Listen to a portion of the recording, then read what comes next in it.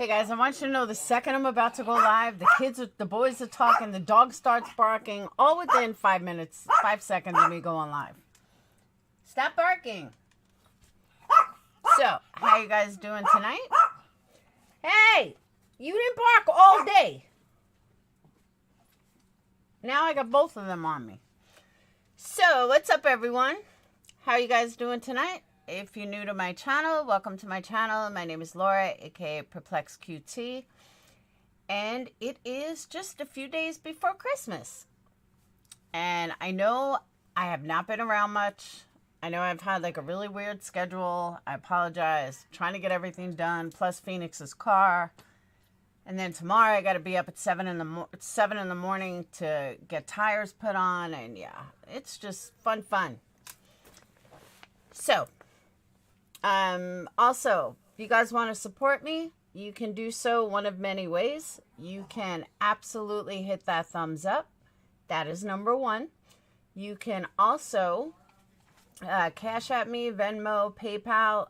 All of that is in the description or it's floating on top. You can definitely super chat me and help me recover some costs. And that's it. So, I get a lot to say. Now, one thing I will say is hello to everyone. What's up, members, Patreons, former Patreons, future Patreons, candle customers, and everyone in between. Which also, don't forget, you can order an amazing luxury candle at affordable pricing at energycandles.com, ENERGIE.com. Too late for Christmas, but not too late for New Year's. So get your New Year's candles in. All right, so let's get into this. Hold on. I made a little video for you guys to watch, so you're not just listening to a blank screen. All right. I don't know if you guys heard, I called into T-Rev yesterday. What's up, Angela? I called into T-Rev yesterday. And something hit me while I was listening to some of the people that called in. And I don't know what came over me or why did it hit me like a ton of bricks, but it did. And I wanted to go on my own panel last night and really explore it, but I didn't get a chance. So before I even explain, let me show you guys the video that hit me like a ton of bricks. Even though we've all heard it a million times, I'm going to explain something that I personally, now I'll be honest, I haven't followed the daily of this case as far as listening to other creators talk about it or stuff like that. I haven't done any of that during the day. So if somebody else had brought this up before I said it last night, please let me know. Because until I said it, I haven't heard anybody discuss it. So if I'm wrong, because I don't listen to many people, please let me know. But as far as I know, I haven't heard anyone talk about this. So the video from September 1st, where everyone is making a big deal saying that's how they know Kaylee was targeted. And they know Kaylee was targeted, or they believe Kaylee was targeted because in the video, she states clearly about Adam. Oh, you're going to tell Adam. You told Adam? What did you tell Adam? I told Adam everything. Okay. What we don't hear, all right? We don't see a fist fight break out. We don't see Kaylee get mad. We don't see any of them skip a beat. And I think I figured out why. I 100% believe. Now, as a female, I know you guys are females, so you guys won't, well, some of you are females. But Kaylee and Maddie were best friends. That hasn't changed. They've been best friends since they were very, very little. I have my best friend since, what, 8th grade? I'm still best friends with her today. I can read her like a book. She can read me like a book. We can go 6 months without talking, and we can pick up a phone like nothing, like we just spoke the day before. That's what best friends are like. You can finish each other's sentences. That's just how best friends are. And I started thinking that if Katie, my Katie, came to me, and let's say when Katie was cheating on her boyfriend, I would say to Katie, you know, oh my God, what'd you tell him?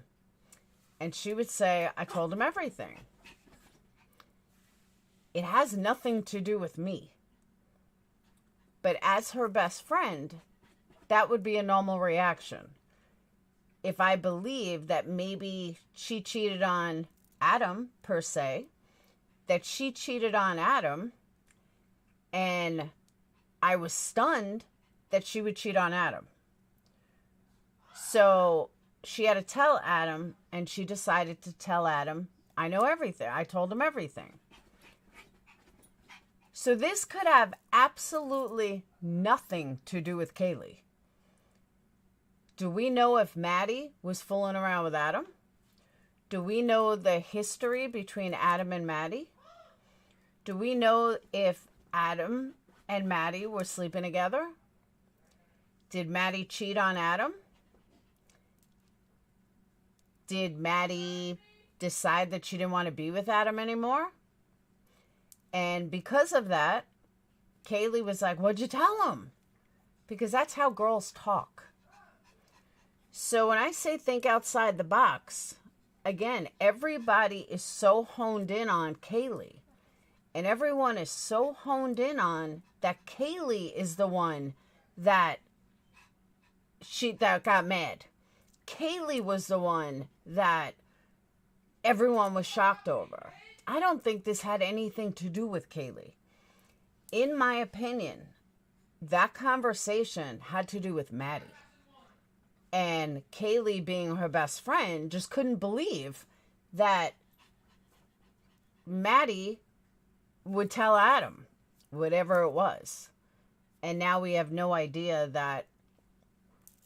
because we'll never know what the truth is. Maybe Hoodie Guy knows what they were talking about. See, there you go. Maddie had a boyfriend. It says a lot.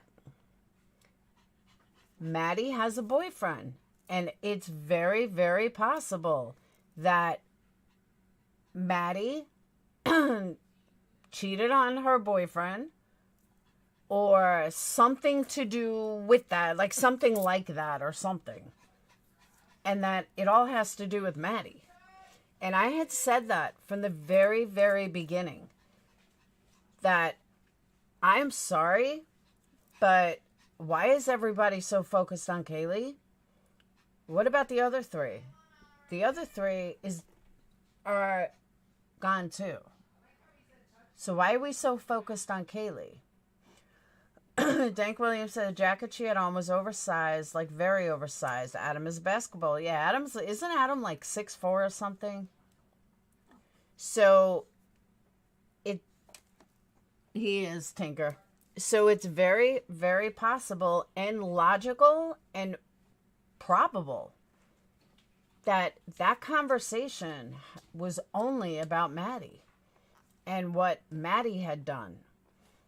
So I think everybody needs to think a little outside the box and stop focusing so much on Kaylee. Because again, I don't know why it hit me. Hey Red, I don't know why it hit me. I don't know why it came over me like a ton of bricks. But something in my gut was like, oh my God, that's it. That's it. It has to do with Maddie, not Kaylee. And like I said, I don't know if anybody else had stated this. I don't know if anybody else had talked about this before I did last night. But I don't know. To me, that just makes the most sense. And the way that Kaylee said it really wasn't that big of a deal. Like, everyone was making it out like it was something, in my opinion, that it wasn't. And by the way, that guy on screen right there from Law and Crime, he wins over JB 150%. That guy is hot. Just saying. I don't really like his teeth, but he's hot. Not this guy, the other guy. The one with the brown hair. So, that guy. He's cute. Confiscate their diaries, exactly. Abso-fucking-lutely. But you know what I'm saying, though? I just don't know why everybody was so focused, or is so focused on Kaylee. Like, everything had to do with Kaylee, when I don't think it did. I really read that after listening to it over and over and over. I truly, truly read it as, no pun intended to Reddit, but I really did read it as, this has nothing to do with Kaylee. That conversation had to do with Maddie and something Maddie did. And Kaylee, being her best friend, was just kind of shocked that Kaylee said, that Maddie told him. They should be focused on all of them. Absolutely, Mama Bear. 100%. They need to be focused on all of them.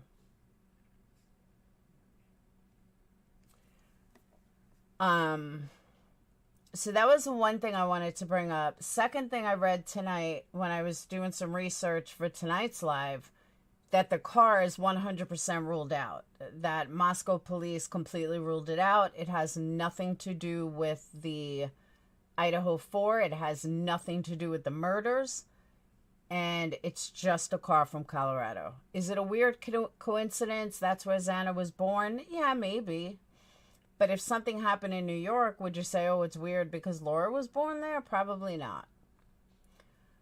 But watch video early this morning, and the video with the girls speaking about Adam. They were hanging at the bar speaking of the bartender, Adam. Yes, I heard that too. But I'm just saying, no matter what Adam it is, it really doesn't matter what Adam it is. If it was Adam the friend, Adam the bartender, whoever Adam is, doesn't even matter. The point is, I think it had to do with Maddie. I think Maddie did something. And she ended up telling Adam everything. But I really don't think it had anything to do with Kaylee. I think it had to do with Maddie. And again, I could be wrong. I've been wrong before, but to me, that makes the most sense. It seems the car was talked about the longest before it was cleared, unlike some initial suspects. Well, Dennis, because we really don't have any suspects. I hate to say it, but I don't believe Jack S. or Jack W. is involved. I really don't. They don't have a solid reason. I can't find a motive. Either one of them would murder all four. I can't find the motive in it. And if I can't find the motive, then I can't connect the dots. And if you can't connect the dots, then it's pointless. But, everybody wants to jump on a bandwagon about who it is, and I just don't think that's who it is. Cops have no clue who done it. Leslie, I 100% agree with that. They are absolutely clueless, and their egos are too big for their own good. Their egos are just too big. But like I said last night to T, I was going to call him T-Fall, T-Rev, is that as much as people want to blame Jack, there's no proof. It's true Kaylee says to stop following Jack D. I have no idea. That I can't tell you.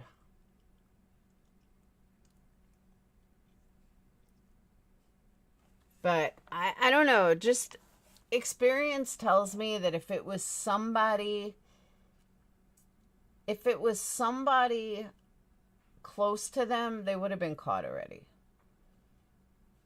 But I also think that the police department doesn't want to reveal too much information. Not that they don't have anything,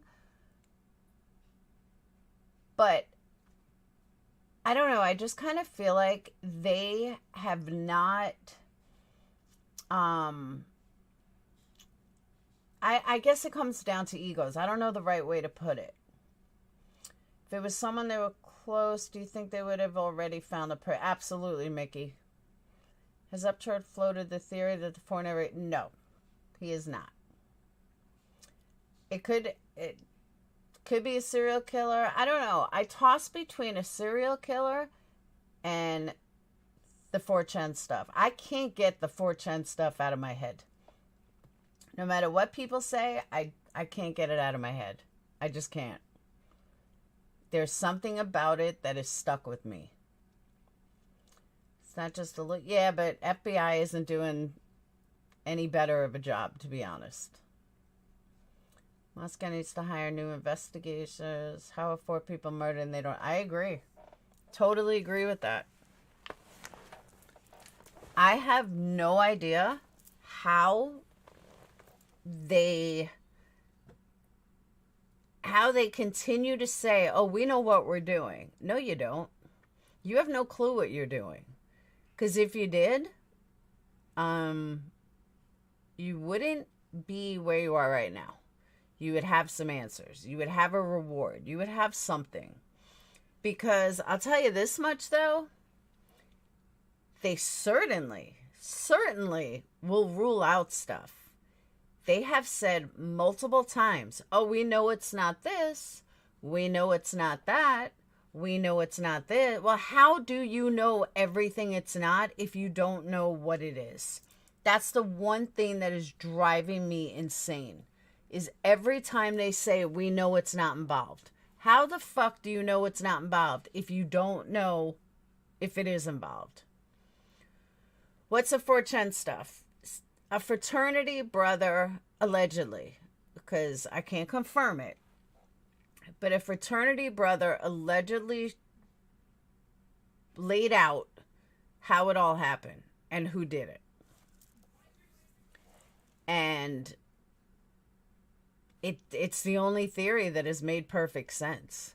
It's a theory that it connected all the dots and it just made sense. I don't think it's still epic. Hey, Olivia. I first heard that I immediately thought it was Maddie. Potentially she was cheating. Exactly. That's exactly what I'm thinking, Olivia. The number of FBI agents went from 22 in the beginning to 60 this week helping Idaho. That's because they're not getting anywhere. I agree, Nancy. So let me pull up. Hold on. Hopefully I'm rocked. Hey, Red Rum. In an investigation, first thing we try to do is eliminate everything it's not. That way we have left what might... Okay, but Red Rum, if you don't know what something is, then how could you know what it's not? If that's what I don't get. You can't say what something is if something is not if you don't know what it is in the first place.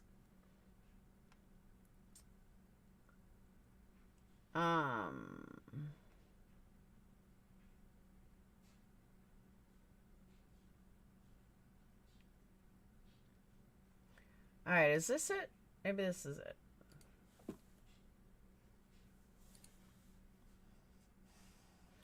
Hang on.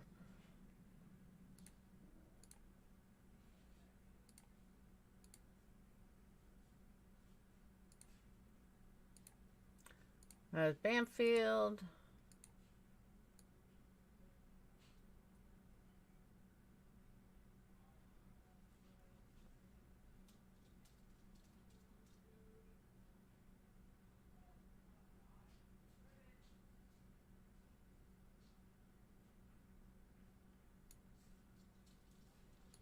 It wasn't this video.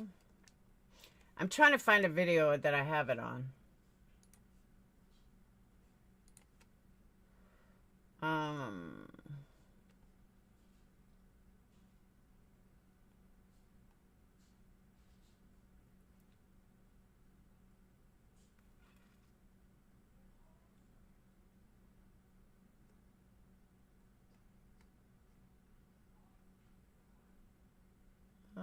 Is this it?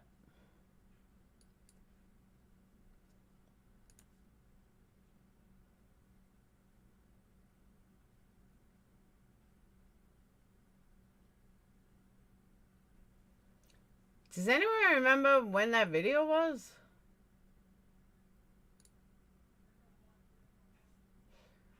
Oh, by the way, while I'm looking for it, so I decided to listen to one of these psychics that I heard about in T-Rev. Please don't go listen to her. It was the dumbest thing I ever heard in my entire life.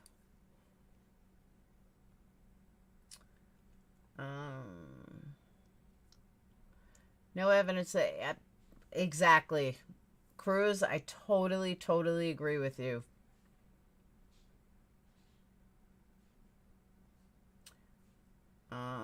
It's not that. Oh, here it is.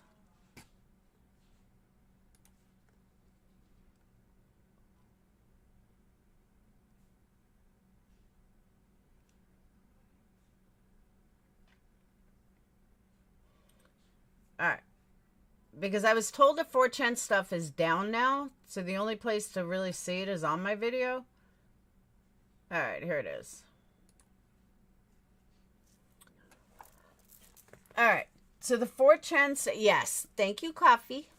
So the 4chan stuff, the theory that they had, that they put out, was from the 12th of December.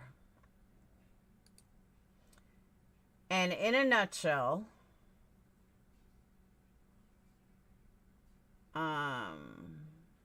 okay. He said, bro, you can see the King Road house from David's SX apartment. I have XS room, which is the frat house. Once that third floor light turned off, they did it. 19 minutes total, walk included. Talked about the fall rush last year. The cunts went quiet on social media for 2 weeks before and after the deed. Barry's mom is a paralegal, so he knows not to say shit. Loach cleared. Had to take a shit. SX22 saw EX, which is Xana and Ethan, Loach and Barry at the party. Loach and Ethan have issues back to Ethan rushing. Ethan talks shit about Loach taking steroids. Something fresher. Barry also self-conscious about his spick blood and talks empty shit. Barry and Loach talked about this shit in general for a while. Talked about something. Barry even calls out shit media. Media says titties would target. That shit is false. Titties bad luck. Targets were Ethan, Xana, and Maddie. Maddie's talk shit about Loach. And I can't see the rest. I don't know why.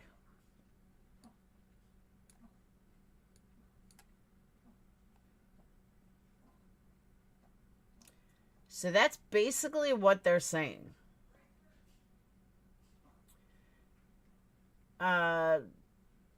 It said, so Dirty South Loach did it and Rogaine Jack was in on it and Titties was in the wrong place at the wrong time, i.e. Mad Maddie's bed. There was no snow on the ground. And it just makes sense to me. Like, I can't, whether this was a completely made up story or not, it fits the crime. All the dots connect. And I really mean that. Everything connects when you look at it. This guy Loach has been in their house, so he's going to be there. He's some very wealthy kid. You know, rich kid gone wrong. Looked like he was picked on. For someone to be able to murder 4 people could be a steroid rage. Never thought of that. College kids could absolutely be a steroid rage. That would make it viable to believe that 4 people could be killed by one person. Steroid rage, absolutely. And it just made sense to me. It, like, just looking at it, it just made sense. That's what I'm saying, Dennis. And I'm not one for conspiracy theories. I don't like conspiracy theories. But this fit every single aspect. You think that, oh, I'm sure they have. I'm sure people have sent them everything. You know, perfect time to do it. You going back home. You leaving, you know, for Thanksgiving recess. And it just makes sense. Now, what I'm afraid of, if it was a frat guy and things start, you know, honing in on them, I'm almost afraid that one of them is going to commit suicide and then they'll never get justice. And I don't know, something in my gut tells me that that's a very high possibility that they never want to be found out. If it was a college kid and they end up offing themselves. Was the Loach guy at the grub truck? I don't believe so. No.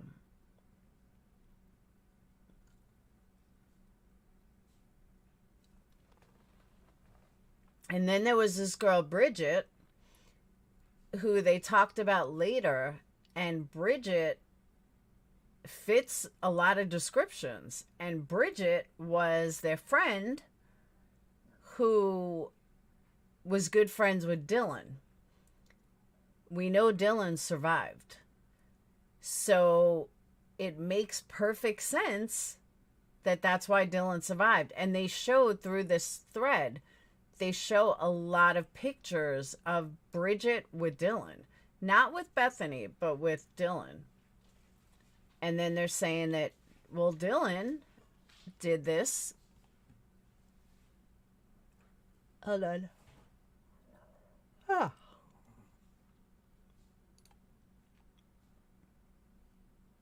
That Dylan knew about it and then was spared. Hold on.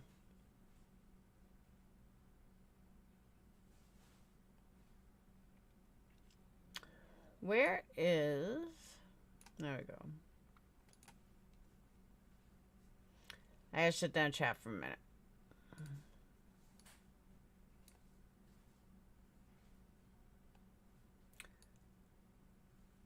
Why am I discombobulated?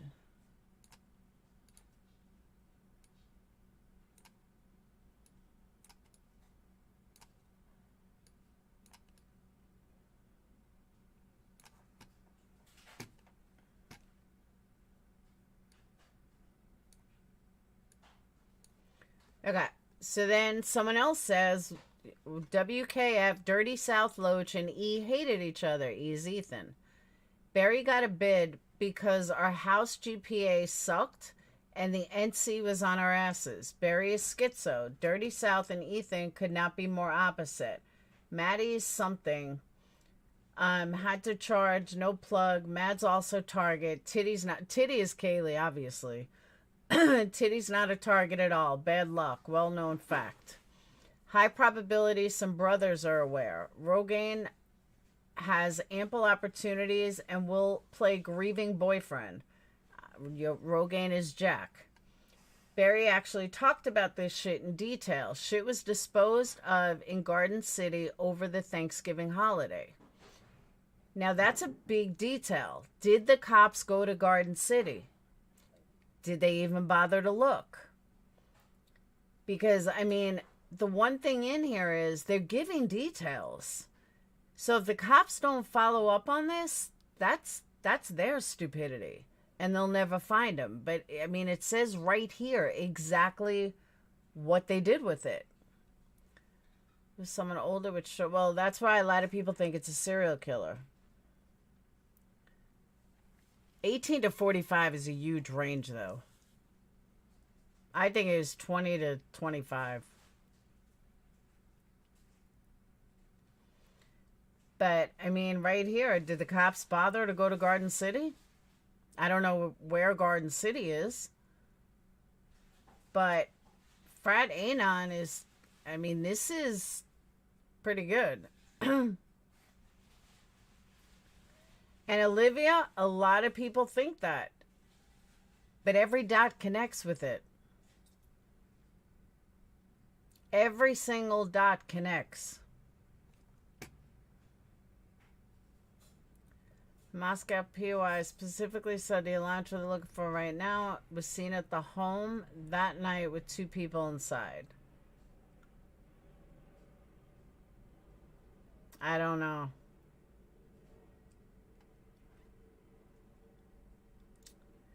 Yeah, it says high probability some brothers are aware, meaning fraternity brothers.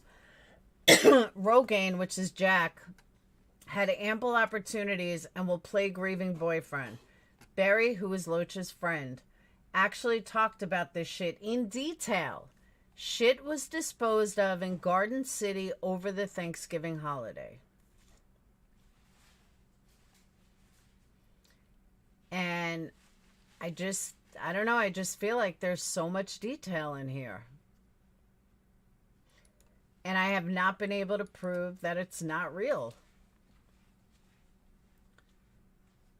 He was referring to having ample opportunities to get revenge on Lotz, but it's choosing to play grieving boyfriend right now makes sense not to carry it out.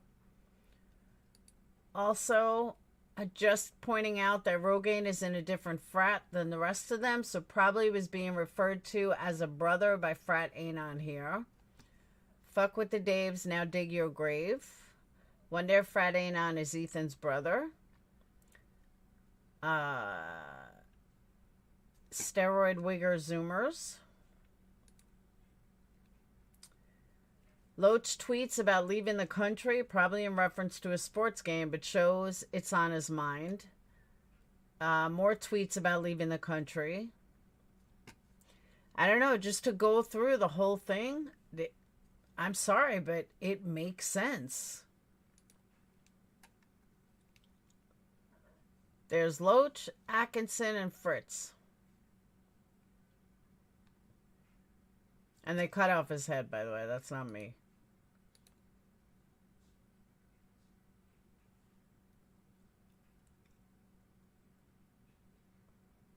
Owned by JD? Yeah, I heard about that. Ample opportunity, I guess, to kill them.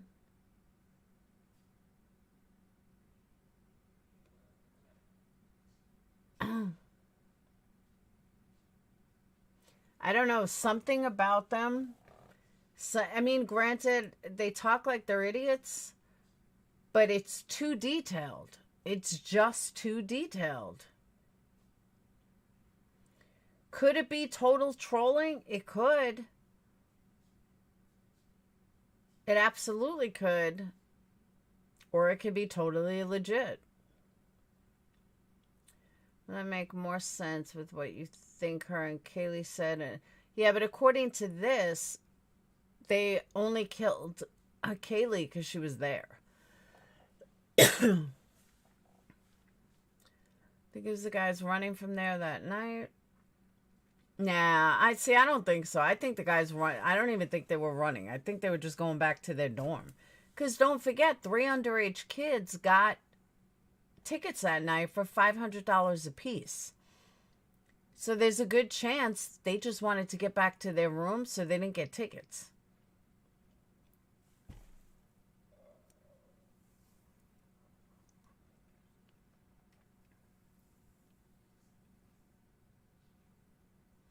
You know what I mean? And that's another thing. Everybody's like, oh my God, these 4 kids. These 4 kids could have been friends with the dudes that just got tickets. I'd be hurrying back to my room if 3 of my friends or frat brothers just got a $500 ticket. Fuck yeah.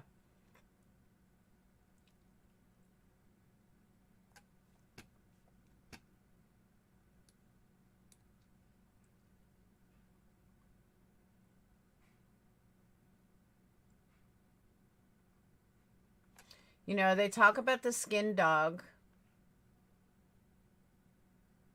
I don't know. I just... Maybe the dog and the coyotes were the Davids practicing. Doesn't really fucking matter. He's right about that.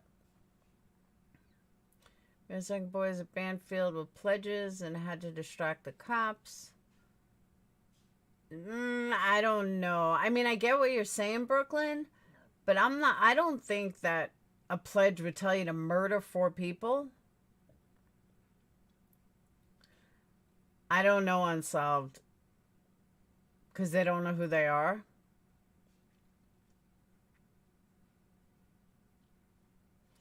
You know, what I do wish, I wish somebody would come forward and to confirm any of this or even deny any of it.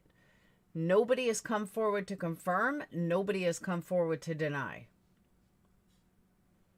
Which is why it's still up in the air. Hey, Janelle. You know what I'm saying? We don't know if it's true, but we don't know if it's false.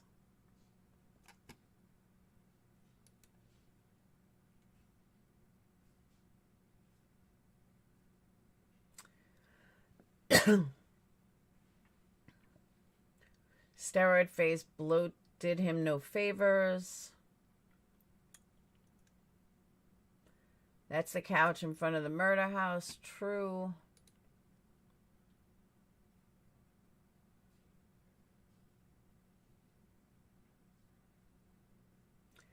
Here's another thing. Jack was playing Call of Duty all night and ignoring his ex's calls. Nobody's come forward to confirm that or deny it. You know, that's another detail. That's a detail that could make perfect sense. Pull up T-Rev video from 4 minutes ago. All right.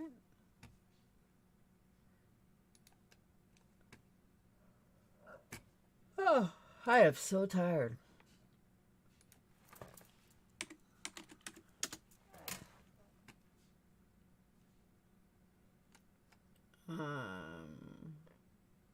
He was on 18 hours today? Oh, no, it was yesterday.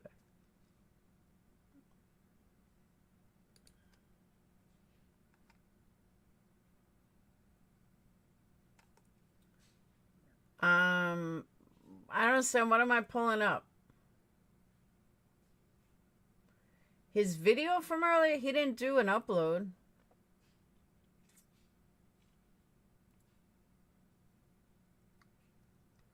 Yeah, there's no upload, Miss G.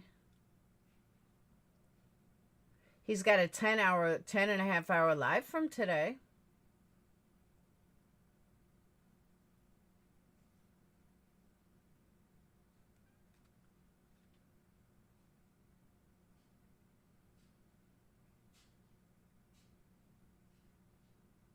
So what am I looking for?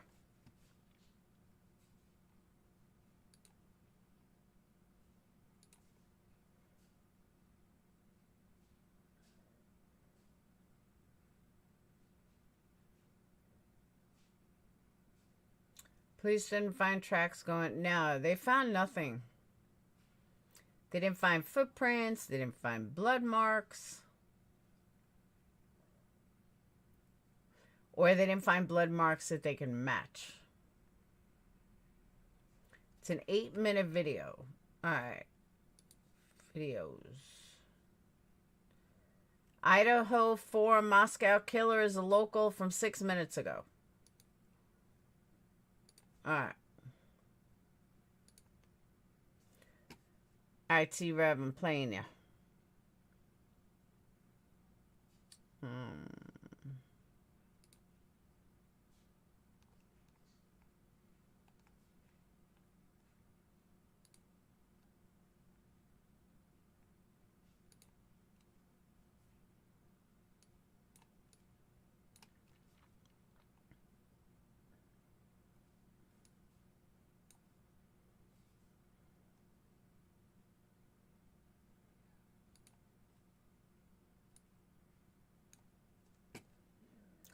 Guys, if you do not hit that thumbs up, I'm shutting down.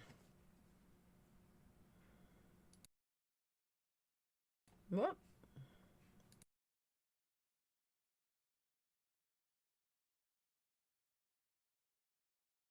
It's your boy, T-Rev 757, allegedly. Man, I want to talk to you guys about something. Let's spark up this conversation because it needs to be talked about. Let's go ahead And first, you guys need to listen to this. Brother and sister-in-law were here, and we'd gone out to dinner. We were driving, turning in, coming up the driveway, and there's the orchard right there. Mm-hmm. And there was, Jim got out to grab the garbage can and get the mail, and he looked over and he saw a rabbit. Excuse me. Yeah. Anyway, but he saw a rabbit, and excuse me. The rabbit, his head.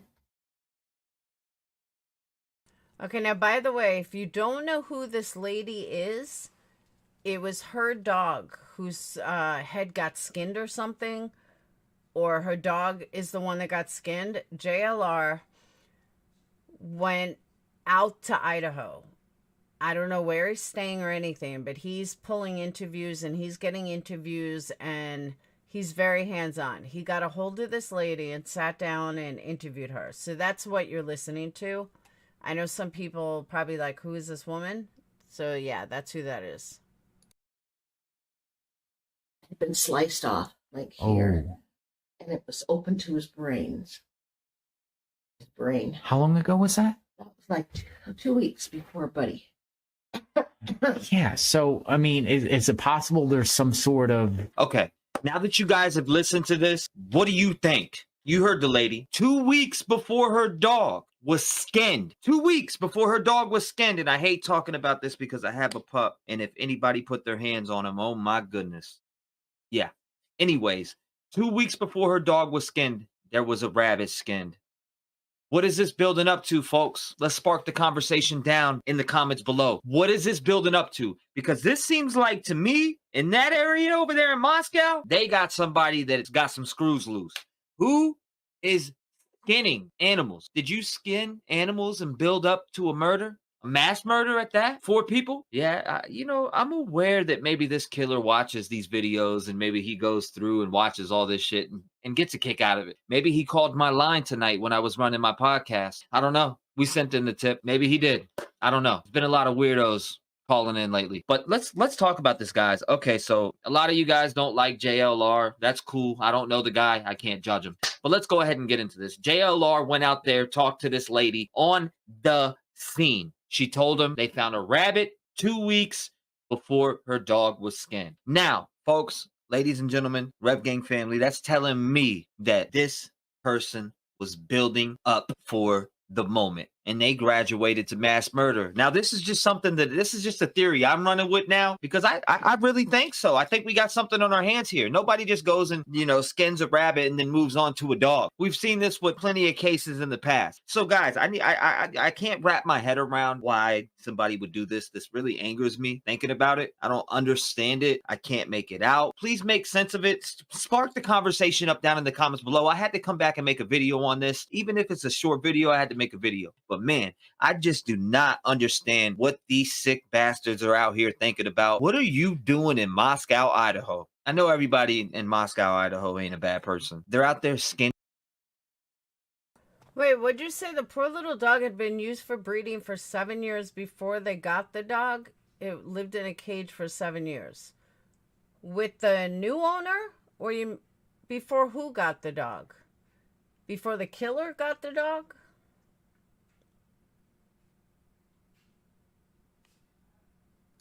Animals and then possibly graduating to a mass murder. I don't know. Is there a sick dude sitting around there that said, hey, I'm gonna get these folks tonight? Maybe that may be it. It may be that simple, folks. It really may be that simple. Just think about it. People do these little things all the time. They start with animals and then they move, they graduate. Yeah, Yes, what? Before the coroner. Thank you, Janice. Graduate. People are saying, oh, this law enforcement is, the skin dog is not involved. Well, did you talk to this person that skinned this dog? I never heard about it. I mean, I've seen all these rumors out here, allegedly. Again, it's... All right. Did Laura hear what?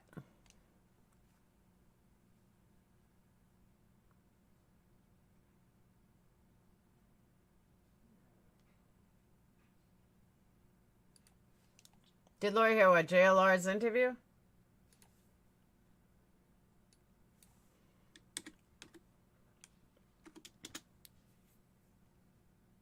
Yeah, but the only thing is he didn't skin them.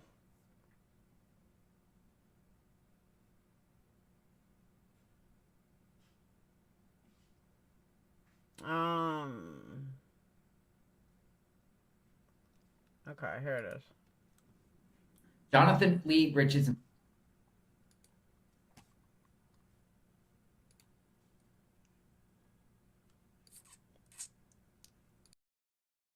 investigates Idaho, the interview. Jim had Buddy for 5 years. He was in a puppy mill, and he was a mess when we got him. No, Stoner, that's what T-Rev just said. She was repeating what T-Rev had said. 5 years later, he had to go out, which that's not unusual. He at night. Well, so Jim opened the door. Normally, he'd just sit there and wait for him, but we leave the doors open all the time. Jim waited and waited, and he didn't come back, and so he just went back up to bed. Then got up about 5:30. Jim is your husband. And so then he got up and he looked at the outbuildings. Nobody. So anyway, when I got up, I called a friend. Said, Margaret, did Buddy be there? Buddy there? I mean, he never left the yard, but we loved Margaret and Casey. They were the babysitters for. Hi, Heather. Thank you so much. If anybody else wants to jump on that super sticker train, we're going for 10 tonight. We need 10 super stickers. For Buddy. And so they said, they looked around. No. Next thing I know is they're up here and they're looking. We've got 6 acres up above there. And so they were looking around and didn't find him. And then they took off, and Jim and I had an appointment downstairs. Mm-hmm. And so I went down, an appointment down in Lewiston. And so they came back up to look for Buddy. And then I got a call from them. They said, not good. What we thought when we got, I went and looked at Buddy. I was in shock.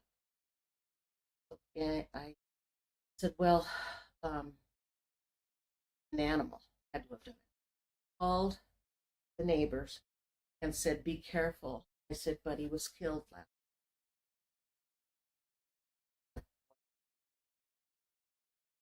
Watch your animals. And so anyway, then when I called there, she says, have you called the sheriff's? No, but I'll do that. So they came up. We're in the county on this side of Orchard, that city on the other side. And so anyway, the sheriff's deputies came up, and the one, he said, I just don't know. He said, this doesn't look like an animal. He called his supervisor. Supervisor said it wasn't done by an animal. Dog's been night. Thank you, Crystal. That's 8. We need 8 more. That's 2. We need 8 more. And what they did, they cut right around here, skin down. They left his little legs, left his face. And he was skinned like you would. So anyway, then that was basically it. So this happened on the end of October. Yeah. And you showed me a picture of Buddy. How big was Bud? Buddy was 50. Let me just remind you guys, 8 more super chats for the night, or super stickers. We're going for 10. But hold on. She just said it happened on the 21st. What's 2 plus 1? 3. What do I keep saying about numbers? It means something. If it happened on the 21st, that's 2 plus 3. I mean, yeah, 2 plus 1 equals 3. Just saying. 15 pounds. 15 Just a little pounds. mini. And the breed of Buddy? Australian. Mini Australian. And he was the breeder. This is the woman whose dog was skinned in Moscow. JLR went out there and interviewed her. For that puppy mill. It was really a beautiful.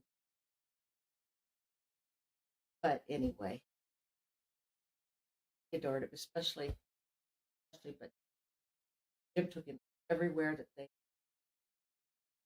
always had. So for years you would let Buddy 5 go years. go out, or you had Buddy for 5 years. 5 years. How did you get Buddy? Well, he was in a puppy mill. Okay. And then somebody that my niece knows got him. And he was. Welcome, Shelby. Starting the new year, I'm gonna go back to doing, getting like 100 members a month and giving away candles. I didn't do it this month because I knew I was gonna be really busy with Christmas orders, so that's why I didn't do it this month. But starting January, we're gonna go back to it too. Just mad at it. 7 years.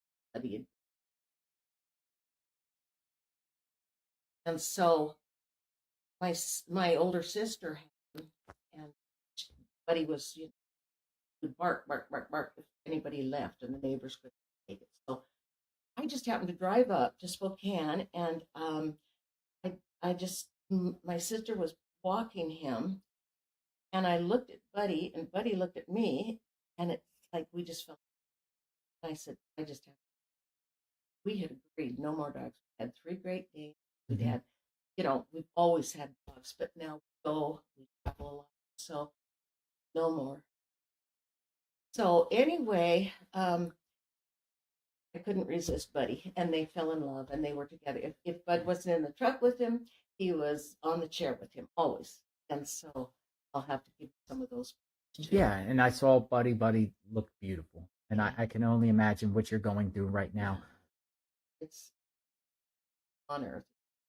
This kind of. So I do have some questions, right, in references. So this is technically, you live on the outskirts of Moscow, right? And when you said you called the sheriffs, you don't call Moscow police, or? No, because we're county. Okay, you're county. We're county. But they got the police involved, and they patrolled up and down.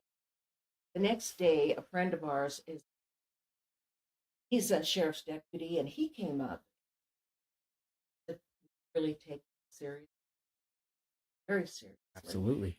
And he says, we're getting the police involved, and they're going to be.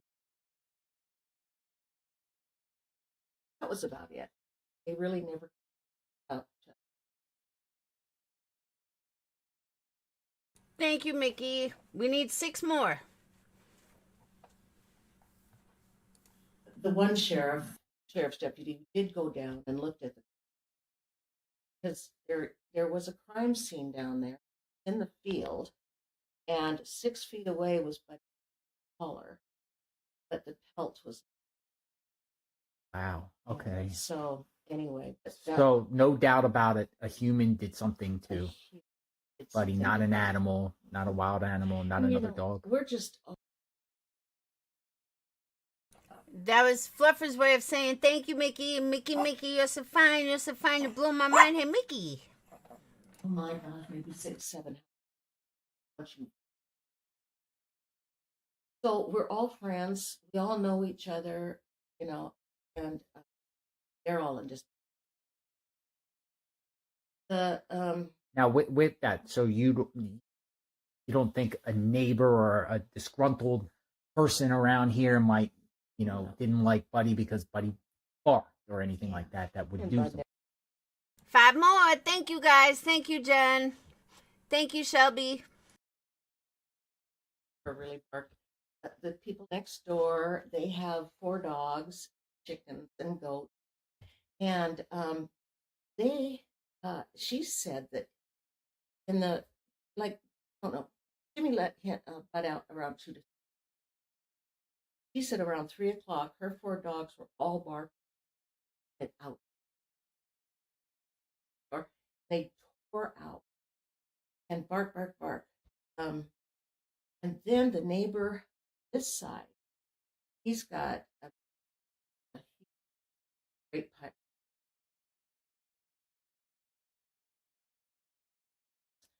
And when they got up in the morning, Max's bed was. So let me tell you why I don't think it's related, though. Mickey, you're so fine. You're so fine. You blow my mind here, Mickey. Thank you, Mickey. I honestly, she doesn't live in Moscow.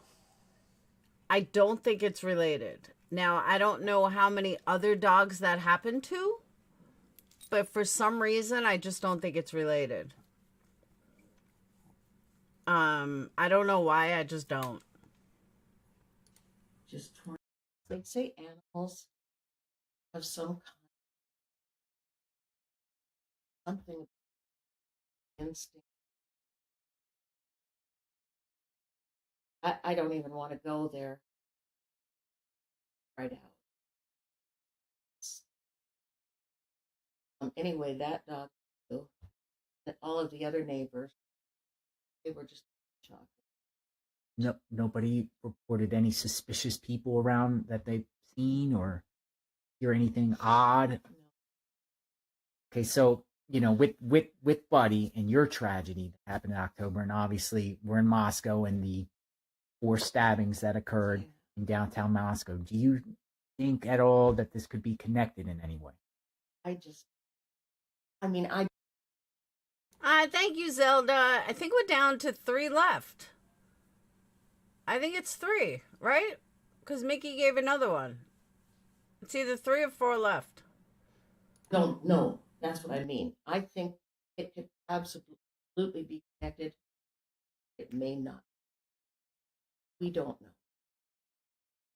But no, like police, like Moscow police or Idaho state troopers or FBI came to you asking you maybe about anything connected or anything. They don't believe it. They don't. Did they tell you that? I read it on the news. Okay, you read it all. So you found that out through the news that they didn't give you the courtesy or anything to ask you. But, they said. Thank you, Stone. 2 left. I know, right, Coffee? They were doing everything they can. And our police, I have to say, have protected us for years. We've lived here 39 years in this house, another 7 in Moscow elsewhere. So I mean, I've only about it. But I also am curious to why they wouldn't. Maybe there was something that could have been left there. Maybe there was. And I don't know, but they don't believe. Thank you, Jen. 1 left. We got 1 left. Thank you, Stone Gator. There it is, number 10. Think it down. We hit number 10. So now I will stick around for Banfield. That's what the 10 goal was. That I stay awake for another half hour to do Banfield at 12. Well, 12 my time. This is another thing. So they didn't do like forensics. Okay. About 2 weeks Let's go for another 10. before this, I gotta buy tires tomorrow. But fun. my brother and sister-in-law were here. Woohoo! 9 more. Thank you, Jen. Moscow police should conduct an activity. They're not, because it's a dog. They don't do it for dogs, just like they barely look for kids. And we've got dinner. We were turning in, coming up the driveway, and the orchard right there. And there was, Jim got out, grabbed the garbage can and get the mail, looked over, rabbit. Yeah, no offense, but this interview is boring me. Just saying. Not trying to be rude, but it's boring me. All right.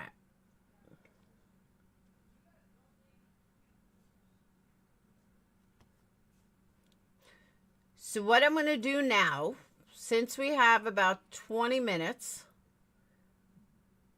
I'm going to do call-ins. Since it seems to be the big hubbub is call-ins. Where's my phone? It might help if I had my phone. Is anyone going to call in? I was having a lot more fun picking super stickers. There you go. I wish they did an investigation for dogs if it turns out to be a serial killer. Speaking of poll, let me look at the poll. All right. Do you think they'll find a suspect by Valentine's Day? And if so, who's your number one suspect? So 60% of you voted yes, it's someone close to them. 9% said it's a serial killer. 14% said no, they won't find him. It's a friend who is smart. And 16% said no, it's some random killer. So the least amount of votes is it's a serial killer. The highest amount is that it's someone close to them. I don't know what I think. I really don't. I'm not going to lie. I don't know what to think. Can we get at least one song for reaching the goal? Yeah. What do you want?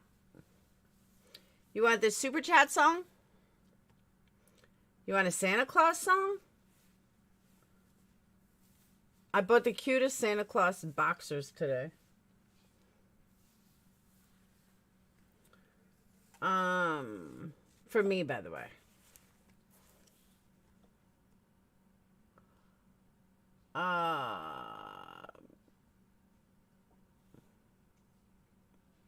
Hold on.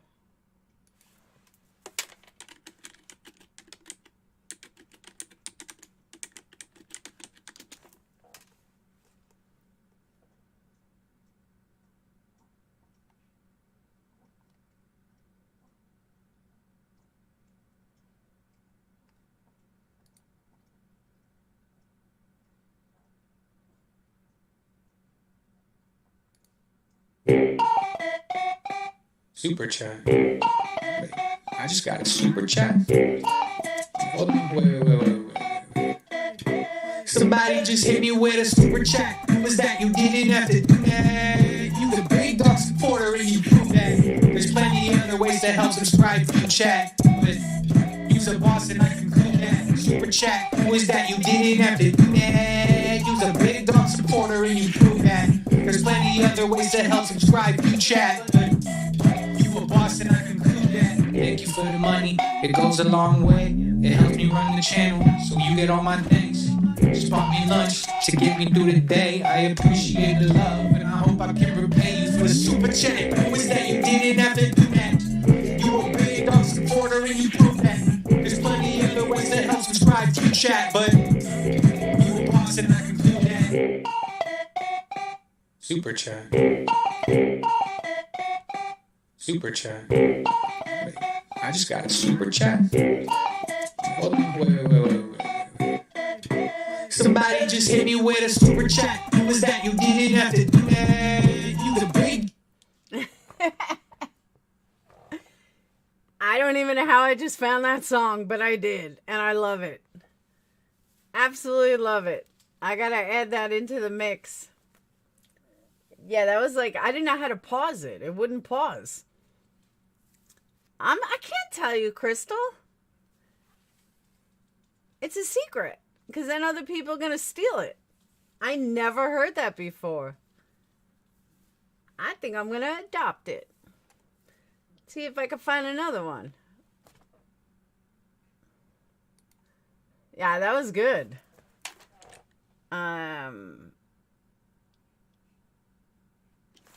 Let's see what else I can find.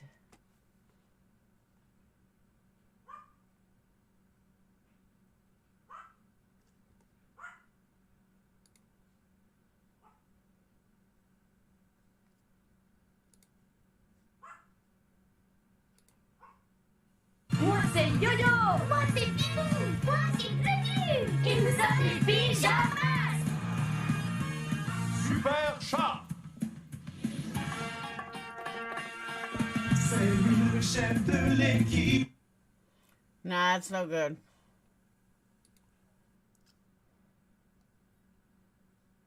Oh. That's it. I think that's it.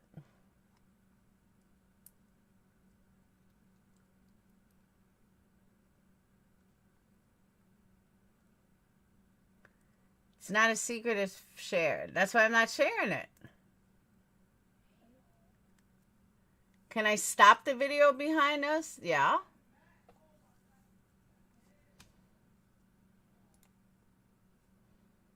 I like the video.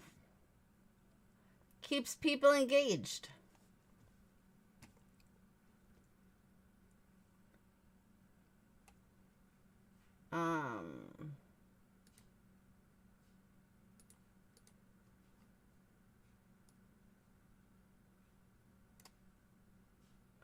Hold on.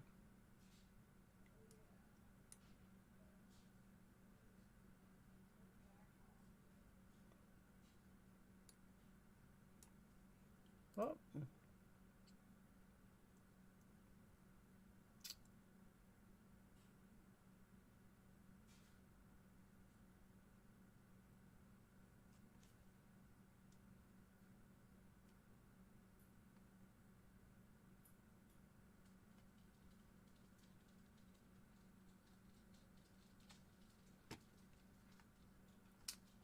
Oh.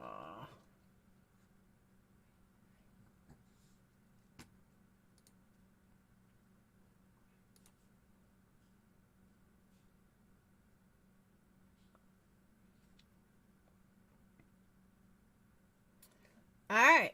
Now I need a super chat so I can play it again. I got to get a clip of it. That's great, though.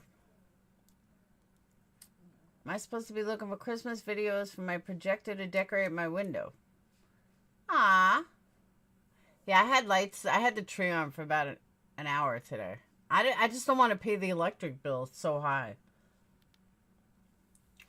Must get investigate the dog. I believe she said. No, they didn't. Jailer did the interview. If you want to watch, you can go there. I just oh. See the whole thing. Dog is buried in their yard. I know, right, Mickey?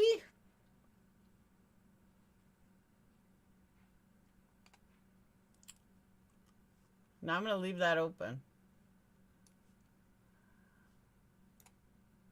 That's freaking awesome, though. I'm glad I found that. You didn't put a tree up? Well, I have no way to have someone come up.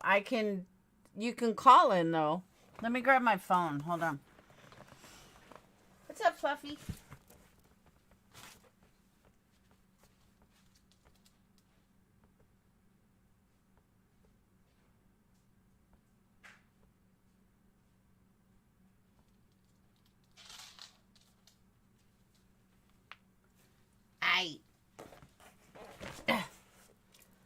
There is no link. Let me give you the phone number, though.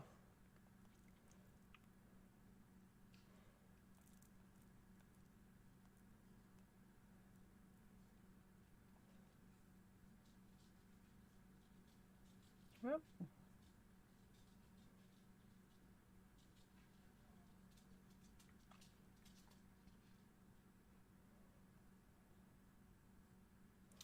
Oops.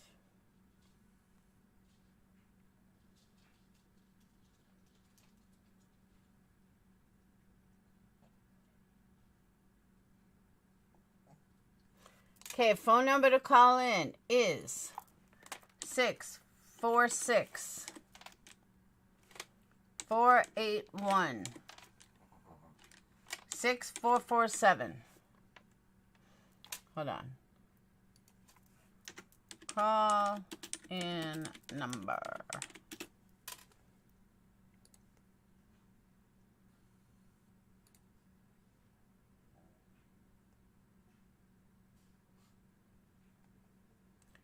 Let me pin it.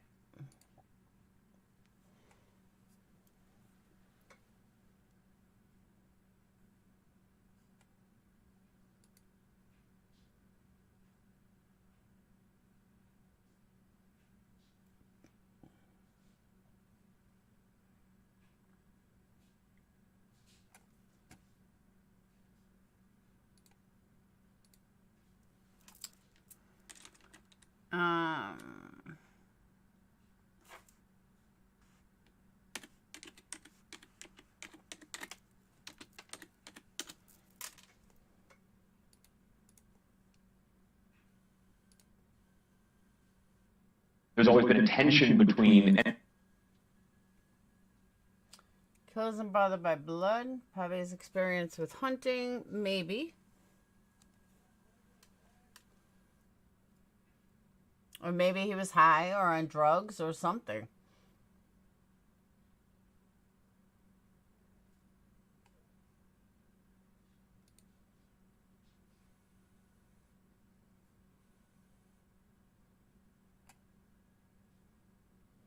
Yeah, Banfield's on in 10 more minutes.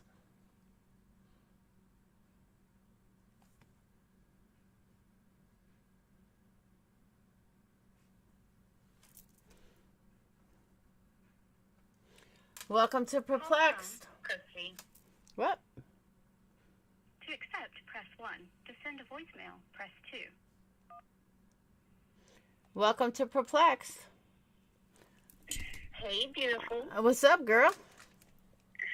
I want to tell Miss G happy anniversary first. You want to what?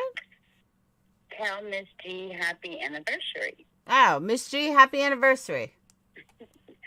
So, I guess I was in the lower projectile of your poll. Unfortunately, Yep. I don't think it will be solved. And I think it's someone close to them. But I have questions for you. Okay. But hold on, before you ask me, let me ask you this. Do you believe that it's someone close to them because of all the hype surrounding it? Or do you really believe that it's someone close to them? It's very possible because it's plausible. Okay. And that goes to the next question I have for you. On that clip of Maddie and Kaylee leaving the bar with the guy who we're saying is jackass. The hoodie guy. Right. On that clip, to me, the clip I heard wasn't clear enough, but the guy does talk. Have you heard that? And do you know what he's saying? I don't. I heard that he did speak, but I don't know what he's saying. Okay, because I've heard allegedly it says they're going to get you.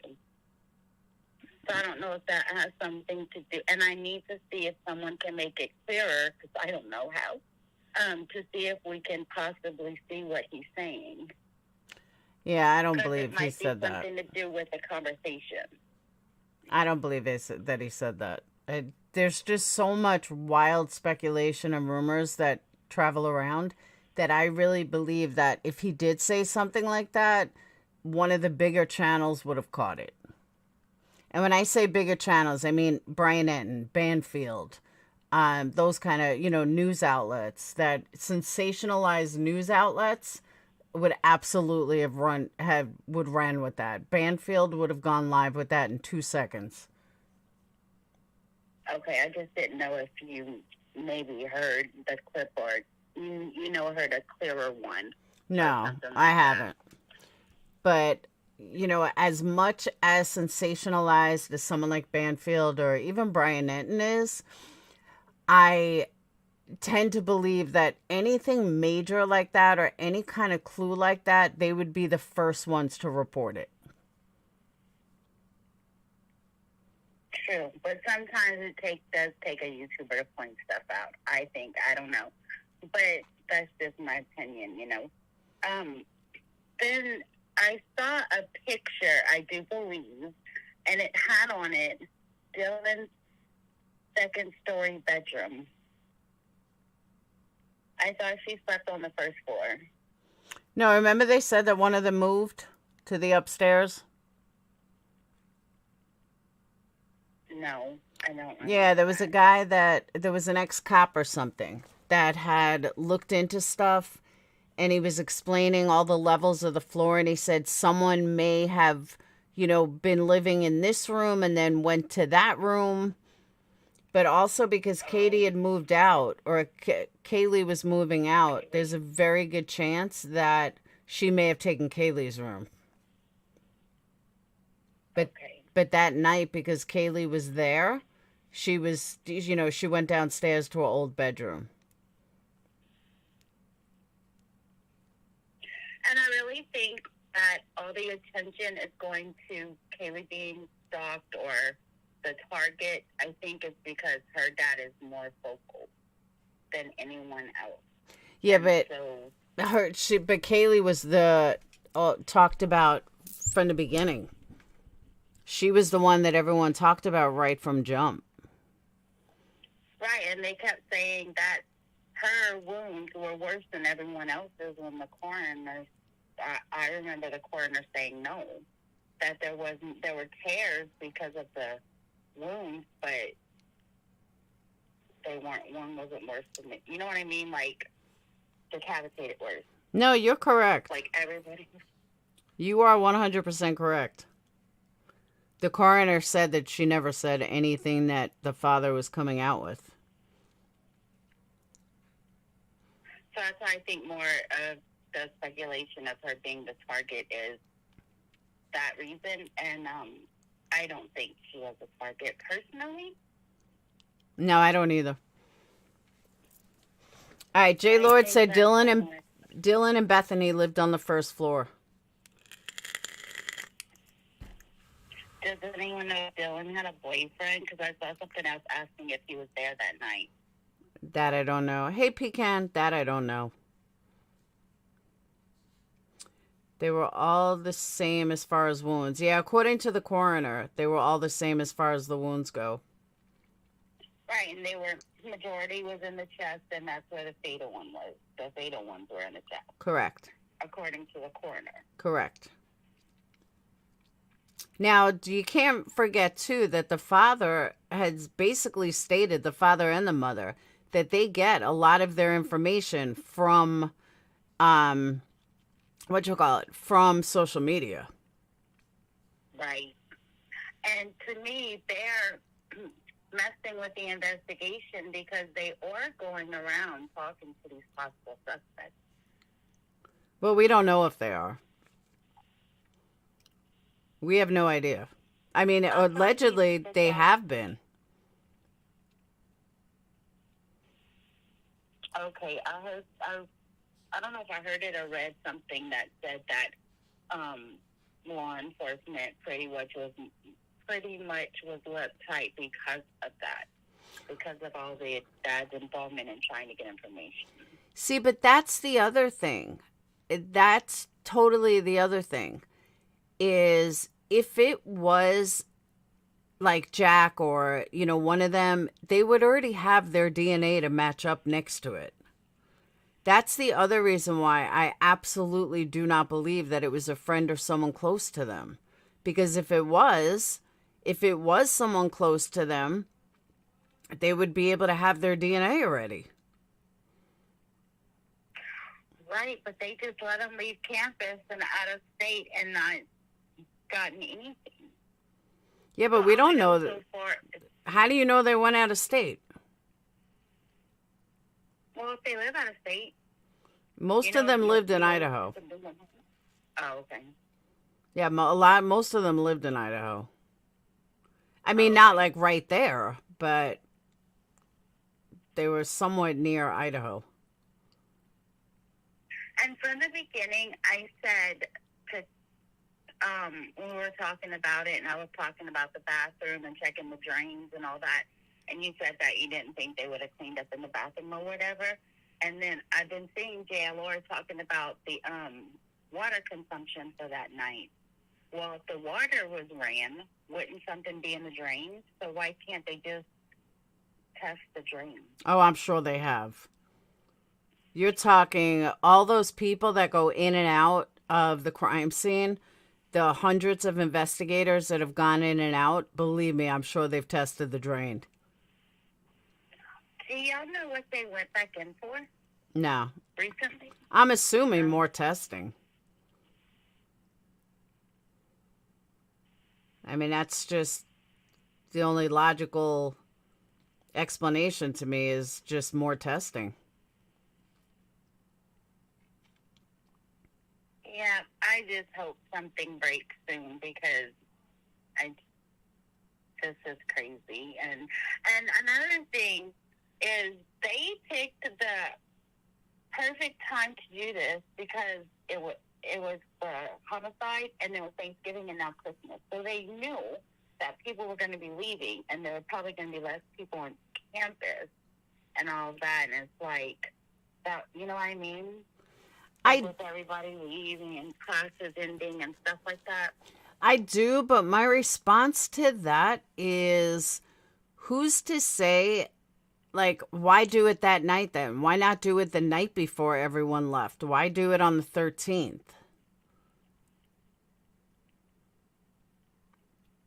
That would be a good question for the suspect. I don't know. November 13th. I don't know. There's a lot of weird things. To say it was in my honor. What? I said it's too far away from my birthday, so I can't say it's because it's my birthday. But yeah, no, I don't. There's so many twists and turns with this case. I just don't know. But they would be able, I don't know, I just feel like they would have been able to, I don't know. I don't even want to say it because I just don't know. You know, sometimes I think it's a serial killer. Sometimes I think it's some random. Then I think it's 4chan. I don't know. What do you think about the landlord's son that collects the rent? The landlord? No. Son. No. There's no motive. Right, other than maybe he fancied them and got rejected. Thank you, Southern Gal. Hold on, I gotta play a song. Super chat. I just got a super chat. Oh, wait. Somebody just hit me with a super chat. Was that you didn't have to do that? You was a big dog supporter and you do that. There's plenty of other ways that help subscribe to the chat. Use a boss and I can include that. Super chat. Was that you didn't have to do that? You was a big dog supporter and you do that. Thank you, Southern Gal. I don't know about y'all, but I think that's the best super chat song on YouTube. I agree. I love it. I'm so glad I found it. Absolutely. I just don't know how to stop it. Like, once you play it, it doesn't stop. There's no, like, pause button. But I agree. I think it's a great song. All right. I'm going to have to end this call, though. I'm going to end this call because Banfield's coming up. But I want to thank you for calling in. And I will see you in Discord. All right. I'll see you later, hon. Bye. See? I don't bite. Jen, I'm in love with this song, too. I got to figure out how I can pause it. I'm going to just have to clip it. Because once I start it, I got to, like, shut it down. All right, where'd Banfield go? Oh, Banfield. I just lost it. Nation. All right. We're on. Police, not once, not twice, but many times over. Are police now taking stock of those angry neighbors? Also ahead, the whispers are getting louder. Is this case growing cold? Tonight, how the search for a killer can go from 6 weeks to 26 years in the blink of an eye. The father of John Benet Ramsey joins me live to discuss what the Moscow police are getting right and what they might be getting wrong. And later, it's one of the first things homicide investigators do, retrace the steps of the victims. Tonight, we will show you the exact route taken by Kaylee and Maddie on their last night alive, from the corner club to the grub truck and all points in between. Not on a map, not on Twitch video, but on the ground, in real life and in real time, possibly offering real information about their murders. It is all straight ahead in this special hour of Banfield.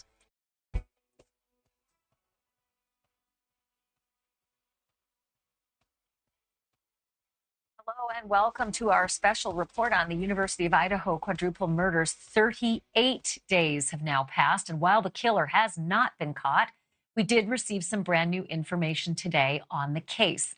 The Goncalves family has now received Kaylee. Thank you, Southern Gal. I have to find a member song. Kaylee's personal items that were once inside that house on King Road. We had all watched a couple weeks ago as the officers carried out the grim task of removing the victim's personal items from the crime scene. One by one, boxes, suitcases, golf clubs, and bags of makeup, all loaded onto a waiting truck and then driven off to a storage facility where the families could come to collect them. The police chief himself had been part of that very sad task. And now we know Kaylee's family has her things back. This comes at the same time that several boxes were seen being removed from that facility and loaded onto a truck, presumably to be reunited with their rightful families. Kaylee's family's attorney also told me that they have not been in contact with any of the other families involved in this case, other than Maddie Mogen's family. She was Kaylee's best friend her whole life.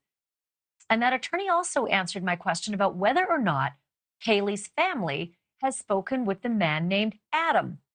Adam is the man mentioned briefly in a new video as Kaylee and Maddie were walking from the Corner Club bar downtown to the food truck in Moscow. Steve Goncalves said that Adam was a bartender and a friend of the girls. His lawyer says that the family has not yet spoken with Adam. Also today, new reporting that a blue Honda Civic with Arizona plates that was towed from the crime scene a few weeks ago, almost 5 weeks after the murders, well, it has been moved again. This time it was driven away, not towed. We believe that car belonged to Xana Kernodle, who had lived for some time in Avondale, Arizona. Several men were seen brushing snow off of that car, and one of them, if you looked up close, you could see on his belt was a gun and also another piece of equipment. Both of those things on his belt. News Nation correspondent Alex Capriello is live tonight at the murder scene. Alex, we've been hearing a lot in the last 6 weeks about surveillance video, a white Elantra, tips and evidence collection. But one thing we have not heard anything about is the murder weapon, the knife that was used. And today you found out something pretty darn surprising from some of the local stores around town that sell knives. Tell me what you asked and what was answered. Yeah, exactly. Right now, we're dealing with a period where we don't know all that much new information from the police unless they give it to us. And right now, today, we didn't get any new updates. And so we were digging into what we do know, something that we learned at the very beginning of this investigation, what police believe was the murder weapon. They call it a fixed blade knife. I wanted to find out just how easy it is to get one. And it turns out just about everyone's got one in Idaho. Detectives are back to square one, sorting through more than 7,500 emailed tips, more than 4,000 phone tips, and more than 4,500 digital media submissions, all related to the information they have put out publicly. A white car, an approximate time of the murders, and the suspected weapon, a fixed blade knife. Switches out all the blades. Turns out, hunting culture and owning knives is incredibly common in Idaho. Whether it's a hardware store, a sporting goods store, or an antique shop, you can find a fixed blade anywhere, and you don't even need to be 18 to purchase. Knives, no. You can buy knives anywhere. Nobody questions that. The store owners and employees I spoke to say they don't pay attention to who buys or think twice about their intentions. They don't discriminate or ask what they plan to use the weapon for. But after these murders, I know some of you guys talked about a machete. Is that what you guys were talking about when you mentioned a machete? Was something like that? Because that I can see. Even though that's not a real machete, I can see that if that's what you guys were talking about. they say they may put more thought into it before selling. So this is something you start to think twice about, huh? Yeah, I'm like, Well, and, there's a couple things around that I think, I hope nobody picks that up and comes this way. And I want to make clear that just about everyone I spoke to said they're cooperating with this investigation in any way they can. They want to see it be brought to a conclusion and justice brought to these families. But even still, Moscow police say they have no suspects, no persons of interest, at least that they're letting us know about. So this is so interesting. Look, I know that knives are common in Idaho. It's a big hunting area, so it's not unusual to have a lot of knife stores. But you were able to at least get to 3 of them today. All 3 of them said they'd been visited by the police. That's correct, right? Yeah, that's absolutely right. They said at some point over the last 38 days, they've been visited by police and, again, just trying to hand over whatever they could to help provide more context to the police. So, but the weird thing is, and correct me if I'm wrong, Alex, because this was astounding, and you're reporting today that the police did not ask any of the store owners or managers or workers that you spoke with today. They did not ask them if they had sold a particular kind of knife. That question was not asked of the places you visited. Yeah, I had visited a hardware store, an antique store, and a sporting goods store. And from the owners, the managers, and the employees I spoke to, they all said that when it came to around the time of this murder, the police did not ask them what kinds of knives they sold, what types of knives they sold, how many knives they've sold. Of course, this is only 3 of, dozens of sporting goods stores and stores that sell knives in this area. And of course, in the greater area of Idaho and Washington, only 10 miles to the west. But you're absolutely right. From the people that I spoke to today, they said that as far as knife sales go, that was not a specific question that they were asked. Because early in this case, there'd been reporting that one knife store, or at least a store that sold knives, had been asked about a specific kind of knife. I'm just going to show it. It's a K-bar knife. And he was asked if he had sold a specific kind of knife like the one I'm holding. And the answer was no, that store did not sell this kind of knife. So it's shocking to hear that those other stores weren't asked that question. The other unbelievable piece of information I think you were able to get today, Alex, was the surveillance piece. Like the police came and asked these owners or these stores if they had surveillance outside. But did they ask for any surveillance video from inside where somebody might actually make a purchase of a knife? Yeah, we followed up with these store owners, employees, staff, managers, et cetera, asked them about that specific question. They all told us it's pretty much been exterior footage only. They couldn't recollect being asked about interior footage. And just like you, Ashley, that kind of astounded me as well. I followed up just within the last hour with the Idaho State Police trying to corroborate this information. And the public information officer for the Idaho State Police said that they couldn't confirm which stores were visited, which questions were asked, who they spoke to. Of course, it's been 38 days, and I'm sure they visited countless stores. But basically what the Idaho State Police was trying to say was that we are gathering information about all sorts of business opportunities and operations, and it's all in an effort to build more context. It's just a murder weapon. I mean, I can't remember if we asked every store. I mean, it just seems odd to me. Look, I get it. They have a lot going on. They're busy. And I also get it that the PIO isn't involved in day-to-day. But it would seem to me that the murder weapon would be the #1 thing you would want to find. A, if you could find the murder weapon sold and there happens to be interior surveillance video, bam, you got a lock on a person. It just seems to me to be, 101. But that's just amazing.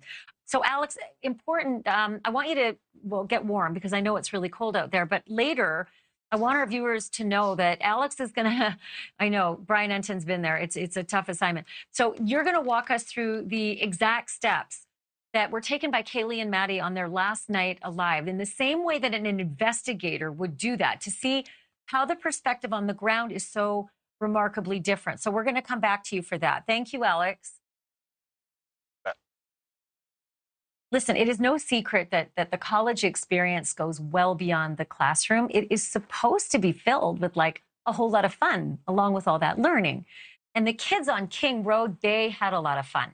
Their parties were so raucous that the neighbors called the police multiple times. That is my issue right there.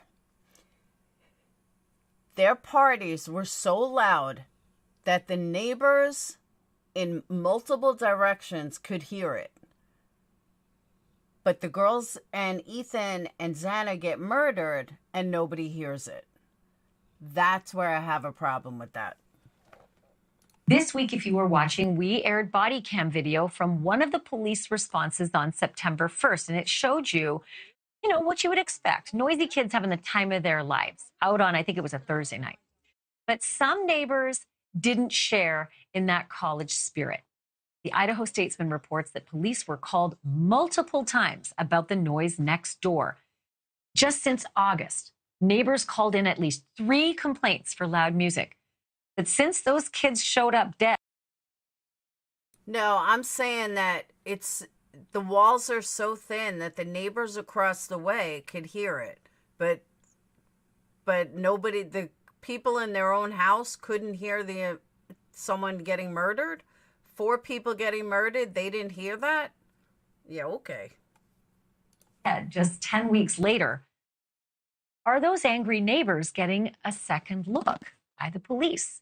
Kevin Fixler is an investigative reporter with the Idaho Statesman, and he is with me now live. Kevin, thanks so much for joining me again on the program. Do we know who called in those 3 complaints and if it stops at 3? Yes, we do because of public records. So we know that there were just 3. The tenants moved in on June 5th, according to a property management firm. The first complaint was on August 16th. That was actually based on police observation and led to Kaylee receiving a warning. And then we had the incident that you pointed to. On September 1st, there was this video shows, there was a homeowner up the way about a quarter mile who phoned into the police and made a complaint about loud music. Police showed up. They saw it. And you can say that they might have got their throats slashed. However, they didn't get their throats slashed because they died from multiple stab wounds to the chest. If you slashed their throats and they were dead already, you wouldn't need to stab them in the chest. Homeowner or a resident there weren't able to find one until, as the video has shown, they reached Madison on phone and issued her a warning. And then later that night, another homeowner, single-family home up the road, had filed another complaint with police that drew them out, and ultimately that led to a warning for Xana. Okay, so do we know if all 3 complaints came from the same complainant, or if 2 of the complaints came from the same complainant, or were these 3 different neighbors all with the same problem? So again, the first one was, I think, based on just police observation. So they heard loud music coming from the house in an early evening in August, middle of August. And then the other 2 were up from the road, Valenta. There are 2 different single-family homes. I visited both when I was last in Moscow. I did not connect with one of the neighbors who filed one of the complaints, but I did connect with someone who was living at the second home. They were not familiar with the complaint, but did mention to me that yes, that home sits in a valley. It is a party culture in that sort of that neighborhood, and that the noise tends to funnel up the road. I'll get to that in a second, but back to the complainants. Do we know if the police have, zeroed in a little bit extra special on those neighbors rather than just any other random neighbors? I have covered cases where people have been killed for far less, and somebody who's maybe frustrated by months of noise might be someone you'd want to ask questions to. Do we know if they've done special investigation of the complainants?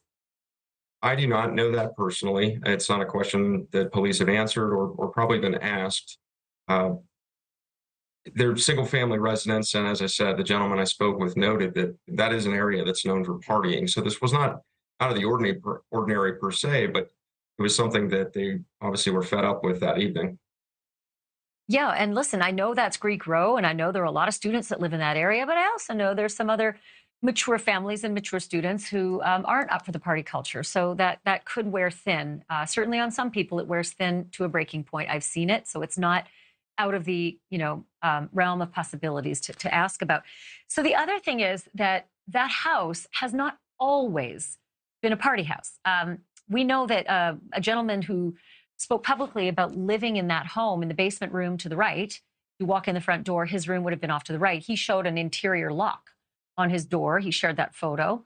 And he said that all of those rooms were rented out separately, presumably to people who didn't know each other. It was almost like a common living, not necessarily a group of friends up for a lot of fun all year long. So that was as late as 2019. He said that's when he lived there. So it's not as though that house has been a party house forever. This could sort of be a newer culture in that house. I suppose it could be. I mean, who rents the house is one thing, but again, being so close to New Greek Row at the University of Idaho, there are longer-term tenants, some of whom I spoke to last I was in Moscow, including a gentleman who's a professor at Washington State University in Pullman, just 10 miles across the state border. He mentioned that it's always been, as far as he knows, kind of a party culture. Also, a handyman I spoke to while I was there. He's a 34-year, or he's 34, but almost spent his entire life in Moscow. And he said, as far as he knows and can remember, it's always been sort of a party area. Now, was it that house specifically? Perhaps not. But again, with its proximity to Greek Row, it is known as an area that has a vibrant party culture. It's an interesting twist to all of it. Kevin Fixler, thank you. I appreciate your reporting. Again, if anybody wants to check it out, Kevin's been doing a lot of great work in the Idaho Statesman. We'll see you again on the program soon. Thanks, Kevin. So where does the investigation go from here? I want to bring in Phil Waters. He is a former homicide detective with the Houston Police Department, and he just so happens to have investigated over 400 murder cases, so he may know a thing or two about next steps. And also, Mike King is a 28-year law enforcement veteran and a former director of the National Cold Case Foundation. So two perfect brains to tap on this one. Phil, let me talk with you first about the noise complaint. You just heard Kevin reporting about these 3 different complaints that had come in over a short period of time. Some people watching might think you're just chasing, down, rabbit holes. But I know you have done the same thing I've done, and you've seen people killed for far less than snapping over frustration. Do you think that's an avenue the police should be investigating? Well, good evening, Ashley. Good evening, Mike. All the possibilities are going to have to be examined. And you're right, there have been people killed for a lot less than making noise. But I would think that the way this scene lays out, that this is something much more personal. And I don't mean that they necessarily knew the victims in a deeply personal way. However, they may have been insulted. They may have been rejected. There may have been something that occurred between one or more of the victims that lit that fuse. And that's all it took to set this thing off. And the scene seems to tell me that it's something more than a noise complaint. Okay, so Mike, jump in on this one, because this was something else that stood out today in our reporting. There's a picture of some of the guys who are brushing snow off of what may be Xana's car with the Arizona plates that had been put in the impound, towed there. It was driven off. It was not towed off, it was driven off. We don't know who, but we do know that one of the guys, if we can pop up that picture, one of the guys, as he bent over to wipe snow off the car, if you look real close on his hip, that picture kind of cuts it off, unfortunately. But on the right-hand side, that is without question a gun and a holster. And then in the middle of the back of his belt, it looks like, I'm not sure, it could be a radio, but that to me might look like a police officer. Does that sound like that would be something officers would do? They would release a car to the family in an impound lot? Or what do you make of this? Sure. I believe that it's probably a radio, like you're thinking, Ashley. That just looks like it to me. Obviously the weapon is consistent with a gun belt and or a holster and a police officer. But yeah, this I think we can make more of this than there really is. I think police are probably starting to release property back to family members. Why this vehicle sat out in the snow and wasn't put inside of a building, they must have clearly figured they had all the evidence from it that they could get. And they might be doing this out of courtesy to the family, having the officer get that car out and get it to a location, maybe where they can ship it. Maybe there's a family member waiting at the police department to pick up that vehicle. But it really looks to me like it's pretty benign and that they're just trying to get property back to family members. And, I have to kind of just jump on what Phil said, because I thought it was really important that in the original stages of this case, they said targeted, and targeted sometimes can really make us focus thinking that this is somebody. Okay, call me a total bitch, but can you please tell me why that's content? Who cares if it's her car that a cop was moving it? I don't get why that matters. Who had an intimate relationship. in an opportunistic kind of homicide, a target could have occurred just moments before. And so we really have to think about what that initial contact site is. And then, of course, we know where the crime scene is, but we look at these crime scenes in different buckets, and we really take into account targeting doesn't necessarily mean long-term. So glad you said that, because that's why we're going to retrace the steps of Maddie and Kaylee later on this program. That target could have happened in the last hour of their lives as they made their way from the corner club to the food truck and then into an Uber or a rideshare and home. So we are actually going to get down on ground level. It looks very different, by the way. I couldn't believe it when I saw the food truck from a different perspective. So that's going to happen shortly. Phil, real quickly, the family said today, exclusively to News Nation through their attorney, that they have not spoken with Adam. Adam is the bartender. That's the person who was heard on that surveillance tape as they were walking downtown on Main Street. They were caught saying, Maddie, what did you tell Adam? And Maddie says, I told him everything. Maddie's family, or Kaylee's family, has not spoken to Adam. As a mother, I would have thought it'd be the first thing you'd do. You'd reach out to that Adam, because he's a friend of Kaylee's, and say, what happened at the bar that night? What were they talking about? What did it mean, telling you everything? But if they haven't spoken with Adam, does that mean that perhaps police have said you are not to speak with any potential witnesses?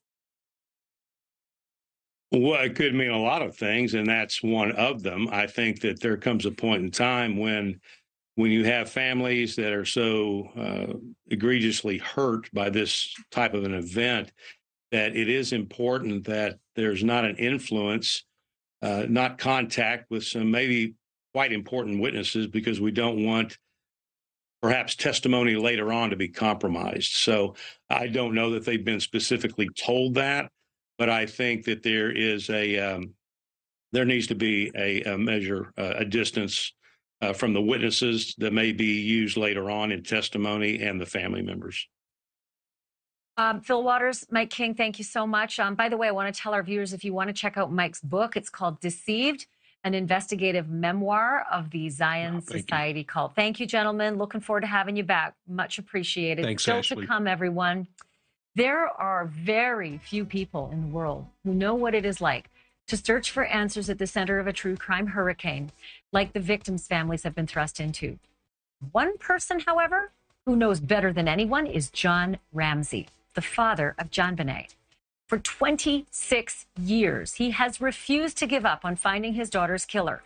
After the break, he's going to join me live with some thoughts on just how critical those first few hours are after a crime is committed, and how any missteps can sink the whole case. That's next. For the first time in history. I mean, I know that I am not alone in this, but I know I'm also not the majority. I can't watch these cops and ex-cops because I feel like they talk to everybody like we're idiots. Like, I didn't need someone to tell me that that might be a cop. You put two and two together, the guy has a gun and he has a holster, he's a cop or FBI agent. And they're pretty sure that it's Maddie's car or Xana's car. Okay, why do I need Mike King to tell me this? That's just me, though. And I know that a lot of people think differently. A lot of people like listening to them and, you know, like every little thing they say. It's just doesn't do it for me. I think it's stupid. And like I said, I know I'm not the norm. Team Idaho and JB are on the way of the house anyways. I never believed someone in the house did it. Well, I believe Patsy wrote the note. But I don't believe that anyone in the house did it. Exactly, Dennis. And that's majority of YouTube. They want to be spoon-fed. Like, also, it doesn't take a cop. It doesn't take Mike King in Banfield to tell me that the cops obviously told the family don't speak to anybody. That's common sense if you follow cases. I don't need Banfield to tell me that. You know what I mean? That's the shit that just gets me aggravated. Because I'm like, why do people need Banfield? Why do people need Banfield to tell them that? Of course the cops told them not to speak to them. Because they may not just be witnesses. Maybe they're potential suspects. Or maybe they know the suspect. You know, maybe it may not be Adam, but maybe it's someone else. Someone that Adam knows. Insults our intelligence. I agree. Like, and not to insult anybody, but I said that to T-Rev in a message. I said, dude, I don't know how you put up with half these callers. I could not put up with it. I'd be like, who dropped you on your head as a baby? Because some of the shit you're saying is just the dumbest shit I ever heard. I couldn't deal with it.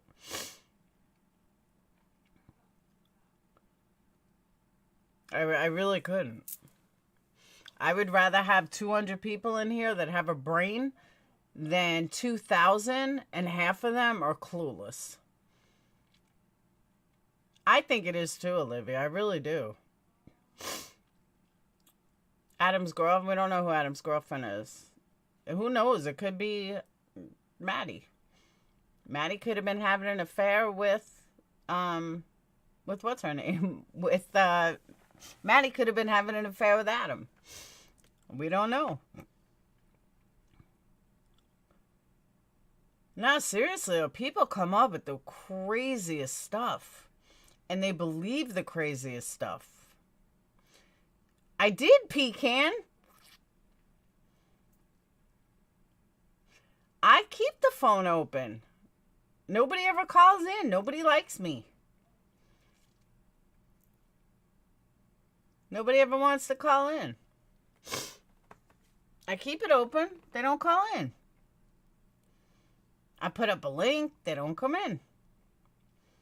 I think people are afraid of me because I'll tell them how it is. I'm like, you're not really this fucking dumb, are you? But people that run with every conspiracy theory they have. We're back in session. Despite the calls for calm and patience from the Moscow police chief, despite the calls for trust in the investigation, it is hard not to think about those two dreaded words, cold case. There are a lot of people worried that the Moscow murders are shaping up to be another investigation with no solution. Think D.B. Cooper and the Zodiac killer and the missing Malaysian airplane. Years or decades of investigation with no suspect, no arrests, no resolution. One person who understands too well how painful it can be to watch an investigation go south from the beginning and then go unsolved for decades is John Ramsey. When his daughter JonBenet was murdered nearly 26 years ago, he watched as a small town police department botched the investigation of the crime scene within minutes of their arrival and then failed to find the killer, all the while suspecting him, his wife, and his young son in the process for years. 4 days from now is Christmas, the 26th anniversary of the worst day of John Ramsey's life. After the break, he's going to join me live to discuss what helps him get through the holidays and how he feels about watching another small town murder investigation almost 6 weeks in that feels no further ahead than week one.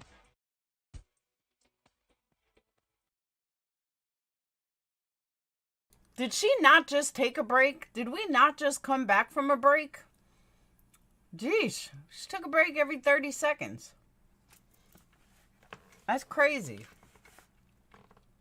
Yeah, no, I'm not doing any more calls in tonight. As soon as Banfield's over, I'm going to bed. I'm tired.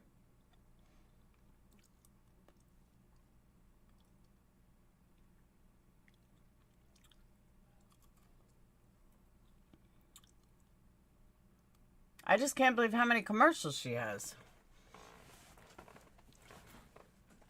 I was trying to finish eating my midnight snack. Right, Fluff?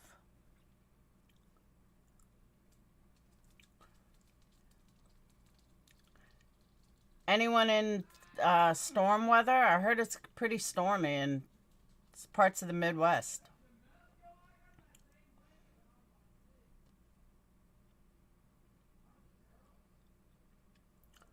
Here it goes from 47 to then wind chill.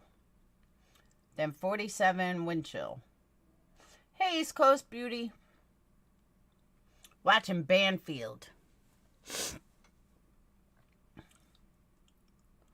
Yo, I went to the supermarket today. I was like, is food getting more expensive or what? Because I really feel like food is going up by the day. So I was gonna buy ham, like for ham sandwiches. And I thought, okay, I could pay $13 for a pound of ham, or I can buy 13 pounds of ham for like $15 and slice it myself. So that's exactly what I did. Did the same thing with the turkey. I said, nope, you got to be smart. It's not as quick, and I got to cook it, but it'll save a bunch of money. And that's exactly what I did.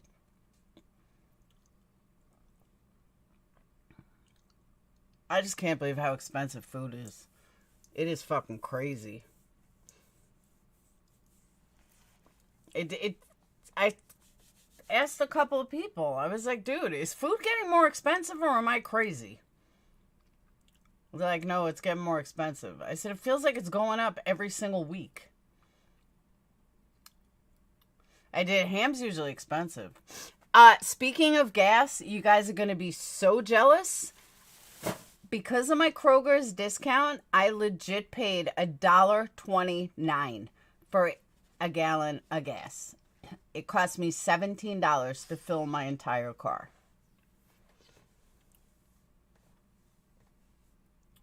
All about Ziggy's going live and ordering pizza.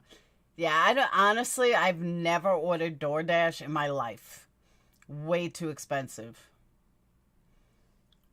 But I've also never really thought about, like, what I buy. I just buy stuff. But now you really need to think about it. Yeah, $1.29. Swear to God. Because I got $1.40 off for how much food I buy at Kroger's. So it ended up being $1.29 a gallon.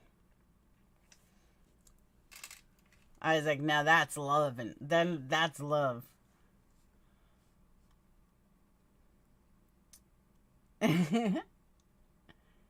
But that's because I spend so much on food. Regular gas is $2.68. It was a nice savings. Got that much of a discount? You must... Exactly. Well, I do. Plus, I do like 2 point, double point. And I think I automatically get double point because Phoenix is an employee. Like, I also get employee discount.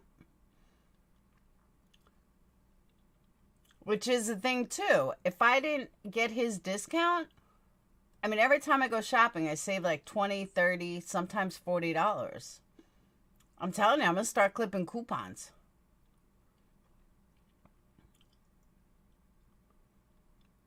But I never really thought about what I bought. Now I do, and it makes a difference. Is it really? No, gas here is $2.68 normal. Police department to hand over the case to the FBI, or at least the running of it. 6 weeks into the investigation with no suspects, no arrests, that question is being asked more and more. And sure, there are dozens of FBI agents and state police working on this case with the Moscow police, but they're not the ones in charge. Here's Moscow Police Chief James Fry insisting who is in charge. Now, there's been some questions about the leadership in this investigation. What I want people to know is this is a Moscow Police Department investigation.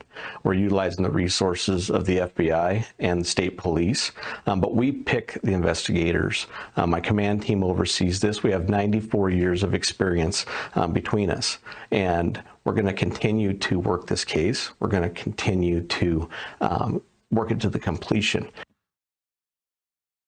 He sounds very confident, but it has been almost 8 years since Moscow police even worked on a murder case. And this case is incredibly complicated with 4 victims. Should a police force this small and inexperienced be the lead on a case like this? I'm joined by John Ramsey. His daughter, JonBenét, was murdered in Boulder, Colorado back in 1996. That was 26 years ago this Sunday. And John is still holding out hope that her killer will be found despite the devastating mistakes that the Boulder police made early on in the investigation. John, thanks so much for being on. I wanted to ask you if you saw any parallels at all as you watch what's developing in Idaho. Well, thanks, Ashley, for having me. I haven't followed it extremely closely, but I just looked at some news earlier, and the fundamental mistake that was made in our case, fundamental case, was a refusal of help from people that knew what they're doing. And it sounds like Moscow police chief has accepted help from the FBI, the state police, and that's very good. Police departments could be very territorial and don't come into my territory and don't mess with my case. It's time to put egos and arrogance aside and say, look, we got to figure this out. Let's cooperate 100%. And, that wasn't done in our case. That was a huge mistake. But it sounds like it's definitely, John, I will tell you this. There are dozens upon dozens of FBI and state officers on this case. I think at last count it was, I think over 100, and 14 FBI were just added earlier on to make 60 FBI, including 2 behavioral analysts. So there is a huge contingent. Working a case is a very complicated matter, especially if you're looking at that number of people. And so it's interesting to see with so much new kind of forensic tools in our, kit. Forensics just involving DNA alone has changed so much since your case.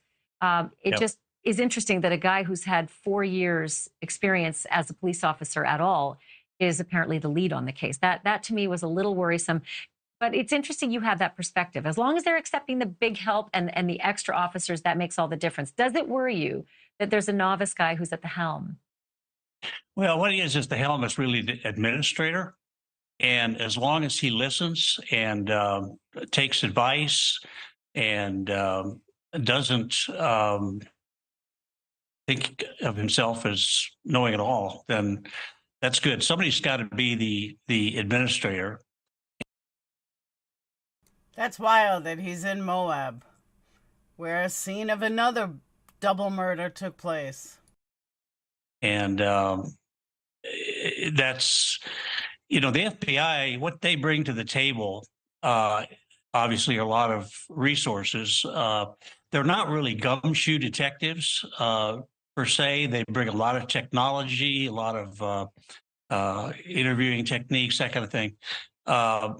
It's really important that they have some very experienced homicide detectives, whether they probably don't have them in-house, but if they come from the state police, not as likely, but if they come from Boise or Salt Lake or somewhere where they've solved 200 homicides, and that individual is your guy to lead. Well, and they've got that state.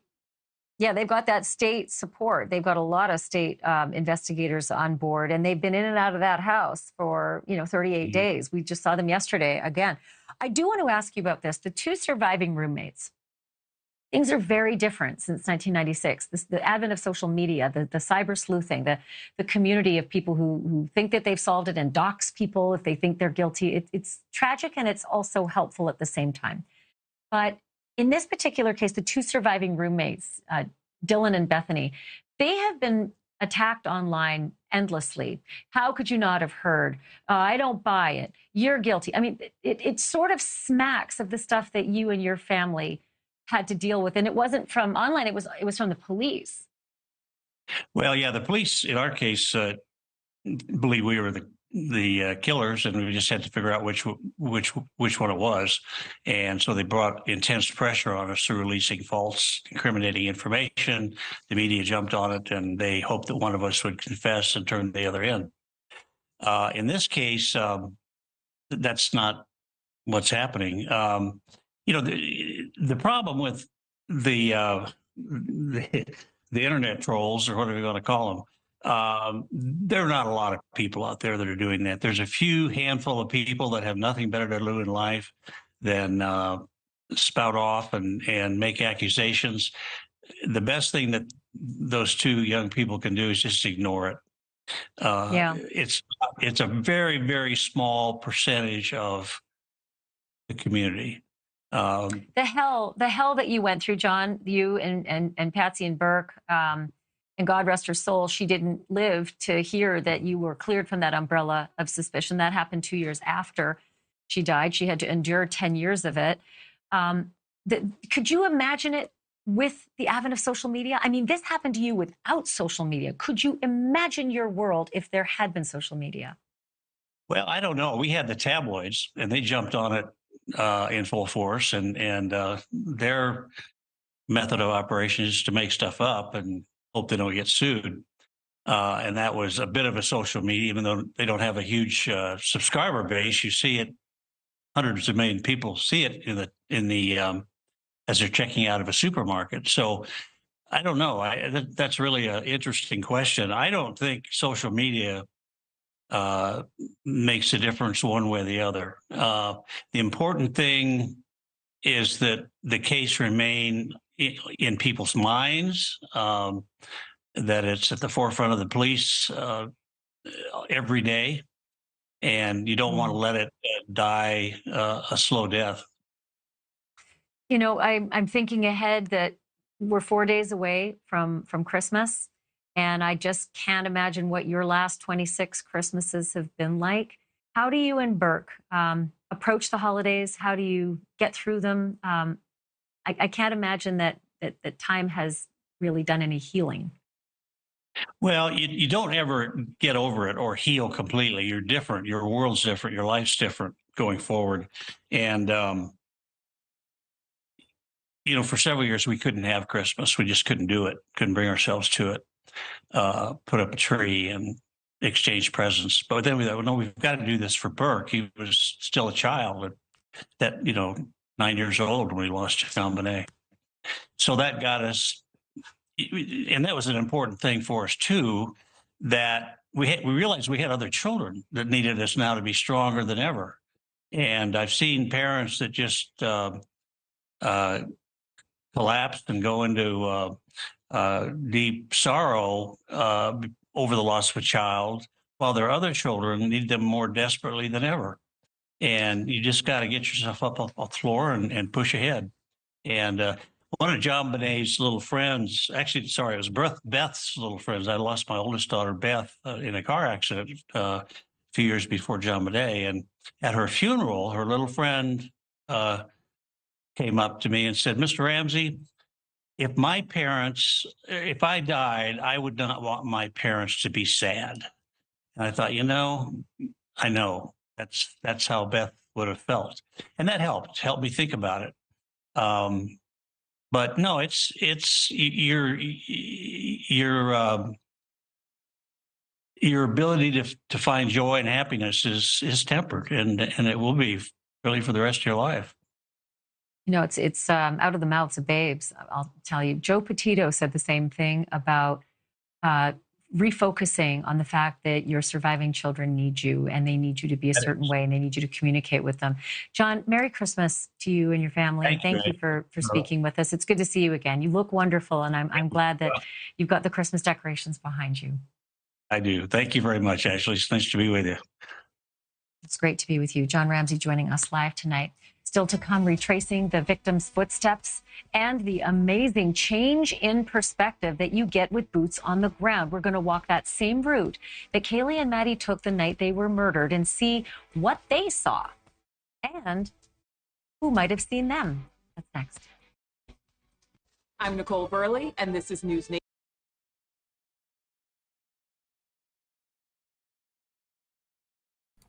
She got lots of commercials. No, he didn't get a huge settlement. I never believed Burke did it. I really don't. I've always believed it was the guy that killed himself. That's who I think did it. And unfortunately, he's dead and there's no way to prove. No, he didn't lose his oldest. He lost his oldest friend or something. But no, I don't believe he lost Beth.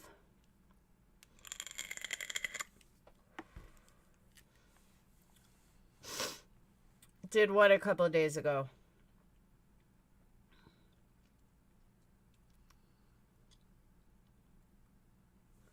No, I really don't think it was Burke. I know a lot of people do. I just don't. But people accusing people of being a murderer because they heard it from a fucking psychic. Oh, tell me about Olivia. So let me tell you guys. People on T-Revs were talking about this psychic sleuth. It was the fakest shit I've ever heard. I could do a better reading. She got like 20,000 views on this video where she says Ted Bundy spoke to her. Ted Bundy told her about heaven. I mean, about the Idaho 4. I was like, I gotta hear this because I know a lot about Bundy. Oh my God, it was awful. Besides the fact she's so not entertaining. But I just couldn't believe it. I was like, wow.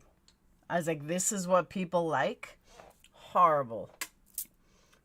I mean, like, she said nothing different. And then she's like, oh, he's smiling. How is he smiling? He's a fucking ball of energy. I was like, there's no smile. There's no face. But she was just repeating everything that's on the news. I was like, oh my God, this girl is terrible. No, seriously, go check it out. I'm not joking. She's called Psychic Sleuth. Ted Bundy. Horrible. And people were like complimenting her left and right. I was like, what am I missing here? I agree, Dennis.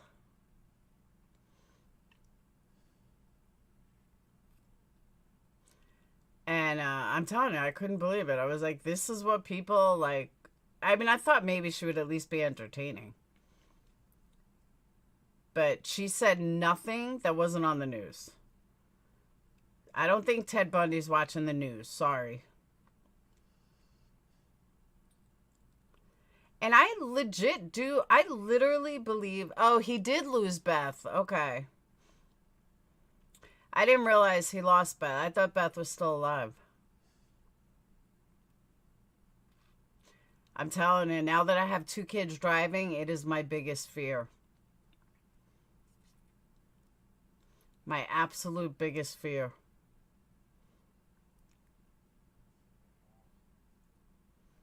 I am so nervous about Phoenix driving.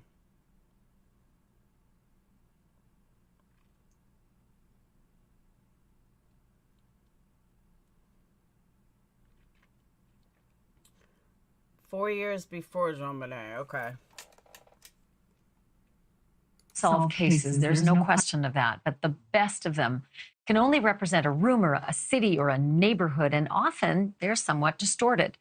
Nothing can take the place of actually being there. Ground level, real time, seeing what the victims and or the perpetrators saw, and then hearing all the sounds. The Idaho murders. Oh God, that just gave Betty and all them free reign. There's nothing like being there in person. There's nothing like being there. Here we go.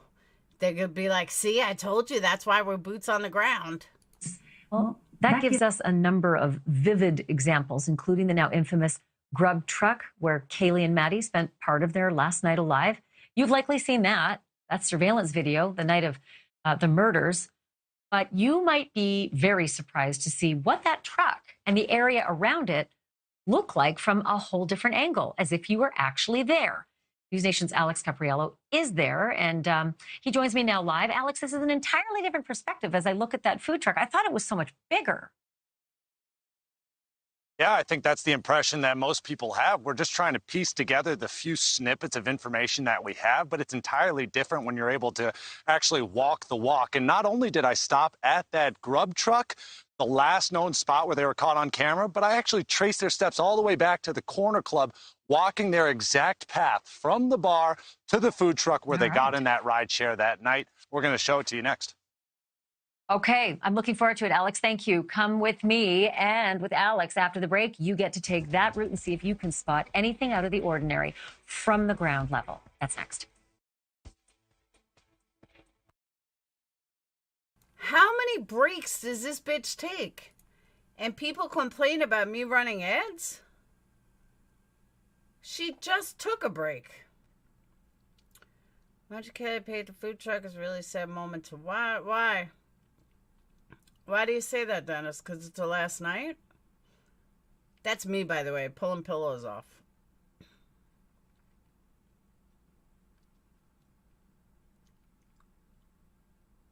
That's what she said?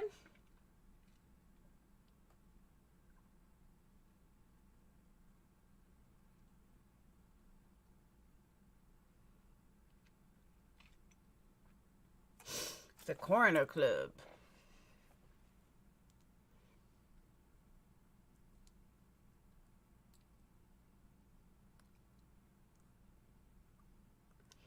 Guys, I'm not going to be around this weekend, by the way. I won't be around Saturday, Sunday, or Monday.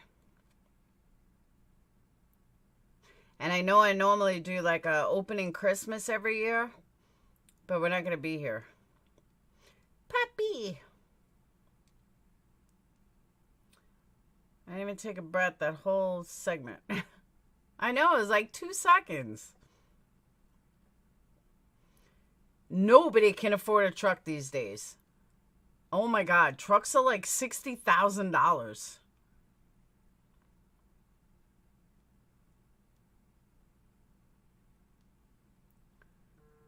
Last financial transaction. Oh.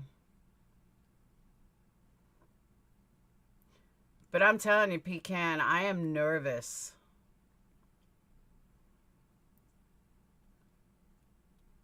I wasn't as nervous about Sage driving, even though she crashed. And I'm not nervous about Dayton driving. But Phoenix, I'm nervous about.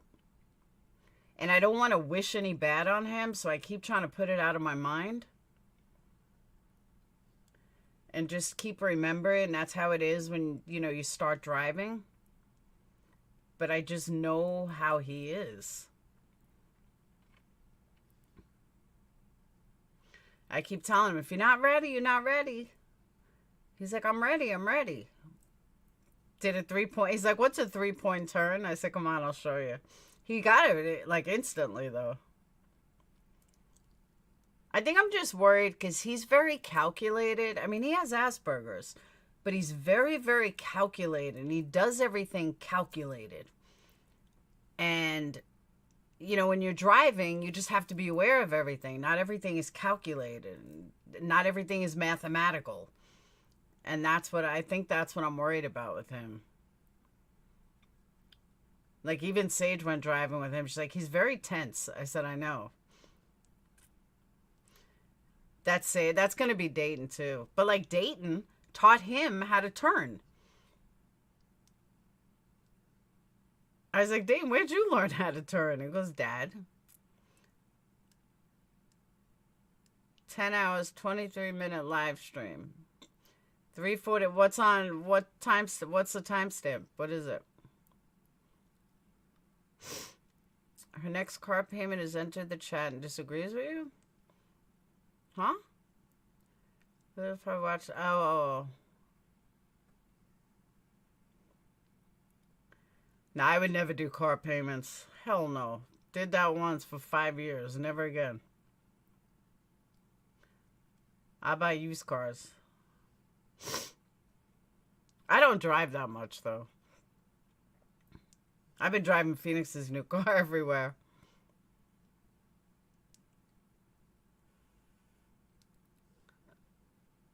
Like, what do you mean? He's a math person. He has Asperger's, but he's very calculated person. Like, everything has a direction. Everything has a reason. Calculated that, you know, X plus Y equals Z, period. There's no way around it. X plus Y equals Z.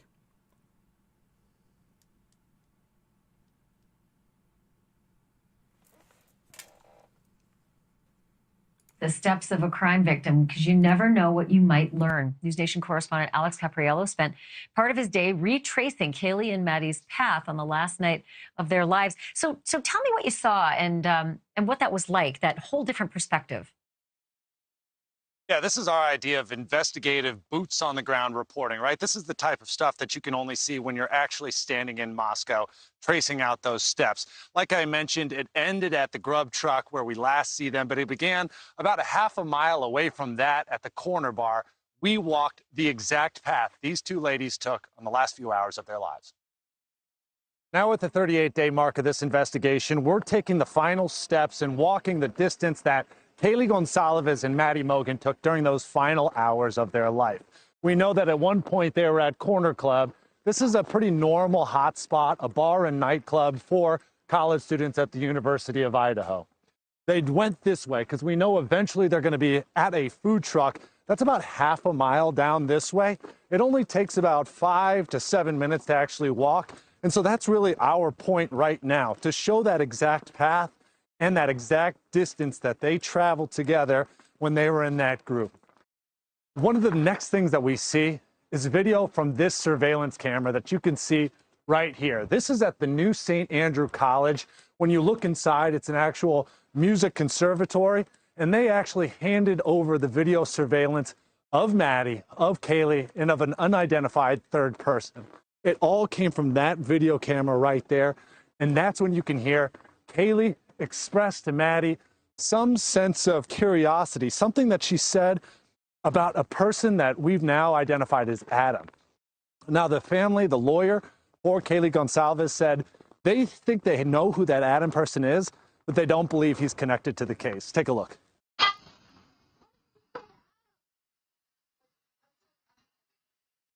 After being caught on that surveillance camera, they continued to walk this way. This is Main Street, the main thoroughfare through the University of Idaho campus, only a few blocks that way, and the main thoroughfare through Moscow, Idaho. It's only about another quarter of a mile or so until we get to the location where that food truck normally stands, but you'll see it's not there tonight. We're about a half mile down Main Street now from that last surveillance camera. This is one of the very final locations where Maddie and Kaylee were last seen, the food truck. Now, you might be surprised. This is not some food truck park where there are normal places, many places to stop, to sit and eat. No, in fact, this is just normal Main Street, Moscow, Idaho. In fact, the food truck that they were last seen is typically parked right here on the side of the Pecan, great minds think alike, because I am thinking the exact same thing. I'm watching this going, you know what? There's millions of people out there that are eating this up. I am not one of them. The road. It's here most weekends, in fact, trying to capture as many University of Idaho students visiting these downtown bars and these restaurants, trying to capture as many customers as possible. But as you can see, it's not here tonight and often isn't here many of the days, in fact. But right now, this is what we do know. This is one of the very last places that Maddie and Kaylee were seen. Shortly after that video was taken and turned over to the police, they got into their own rideshare, climbing off the street, jumping in their rideshare car, and heading home. Now in the back of the rideshare, we now know that Kaylee and Maddie headed home from that food truck. It's really not all that far of a drive. Don't lie, dude. You're in News Nation car. You're not in a rideshare. Liar. 3 to 5 minutes, in fact. The ride presumably traveled through Moscow, Idaho, touching parts of the University of Idaho campus, passing by some of the fraternities and the sororities where we know the 2 other victims were last seen as well. Overall, we can trace back the steps of these 2 young women from Corner Club to the surveillance camera where they were caught on camera with 1 other person, all the way to the food trucks where they were also caught on camera before getting in that rideshare and heading home. It's important to note as well that the rideshare driver that took them home that night has also been ruled out as a possible suspect or persons of interest. This is what we know investigators are doing at this point, combing through tips, thousands of them, gathering as much digital surveillance, video surveillance as possible, and trying to trace back these last hours of their young lives. And now back here. All right, I'm going to show you guys why they do stories like this. I'm going to do it for about 10 minutes, and then I really got to get to bed. I'm really tired. But just because we're talking about this pecan, I'm going to show you why Banfield does stories like this. Hang on. And I'm just going to pick a random caller. Random. Hang on.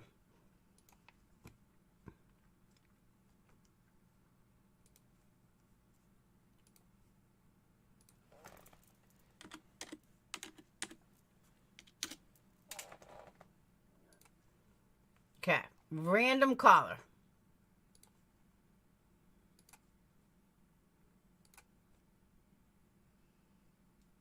I will do some call outs for people.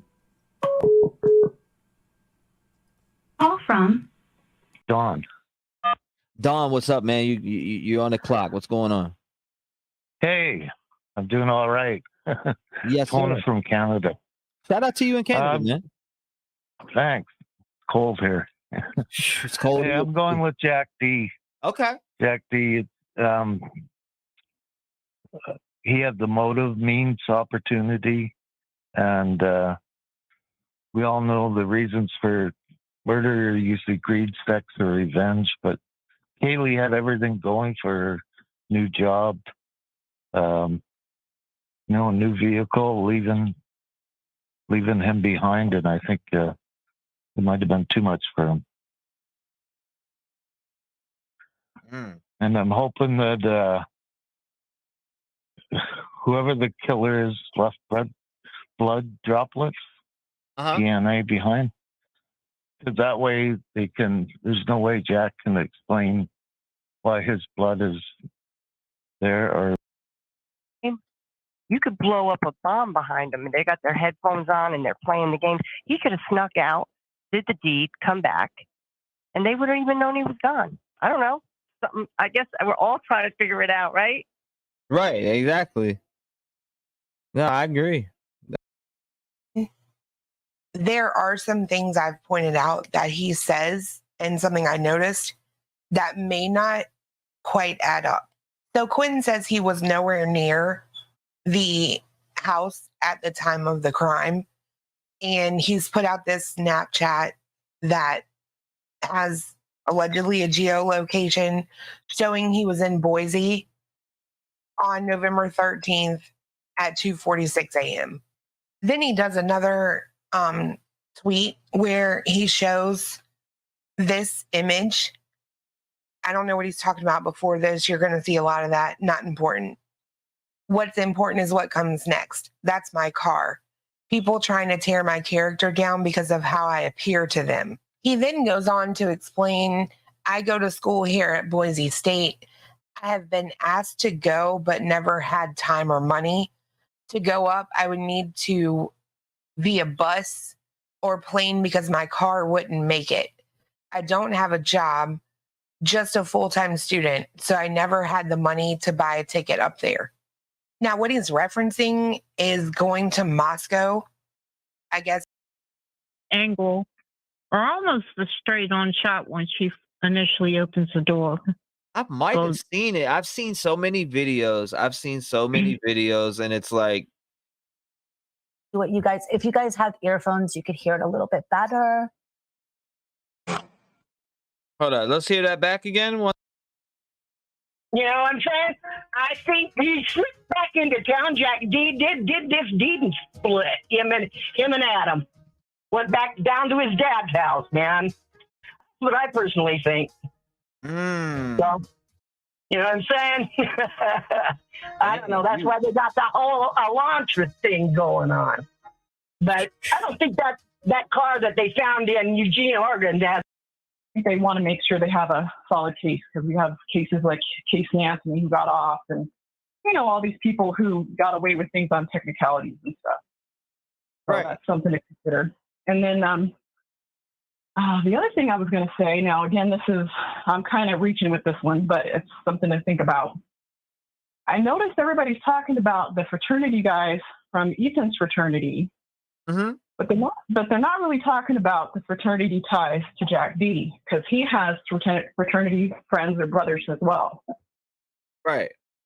And I think that that's something that people need to look into, or just think about, because they did, they cut right around here. Any news? Anything? Like, really? Time's running out. Investigators are on this. That you could hear it all the way down there. So my thing is, unless those 4 people were killed without making a peep, I just don't see how they couldn't hear it. There's just no way.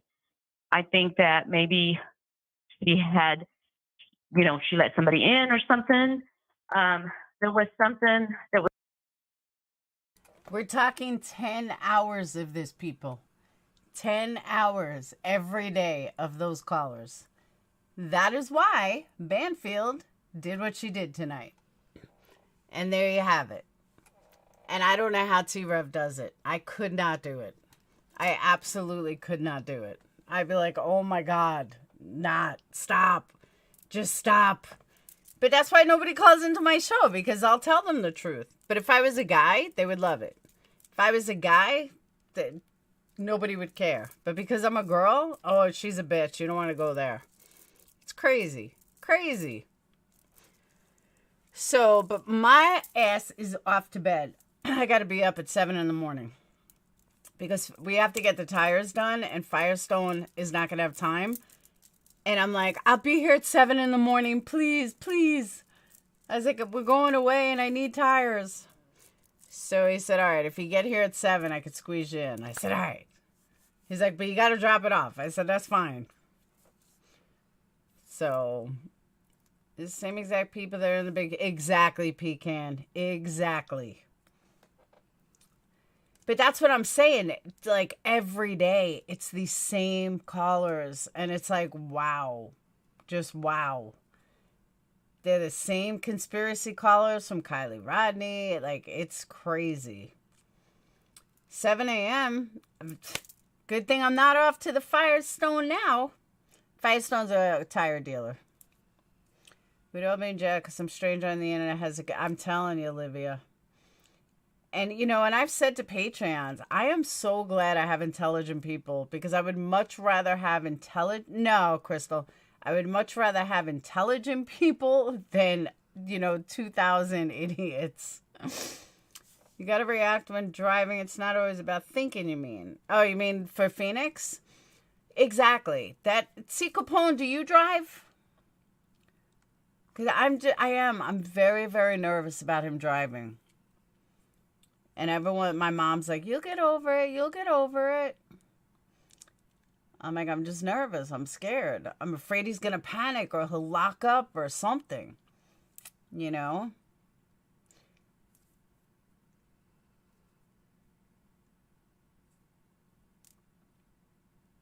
yeah, exactly. And I don't know if he has that reaction time. I'm just nervous. But I got to get over it. I can't be like that. I mean, he's not officially driving on his own yet. He still only has his permit. But Dayton will be driving. I got to go through this again in 6 months. But at least Dayton's got a head start. Dayton already knows how to drive. Brad taught him at like 12 and 13. Dayton, his problem is finding a car big enough for him. I would, Olivia. I couldn't handle it. And I told Captain Kurt that too. Like, I just could not handle it. That's true, Crystal.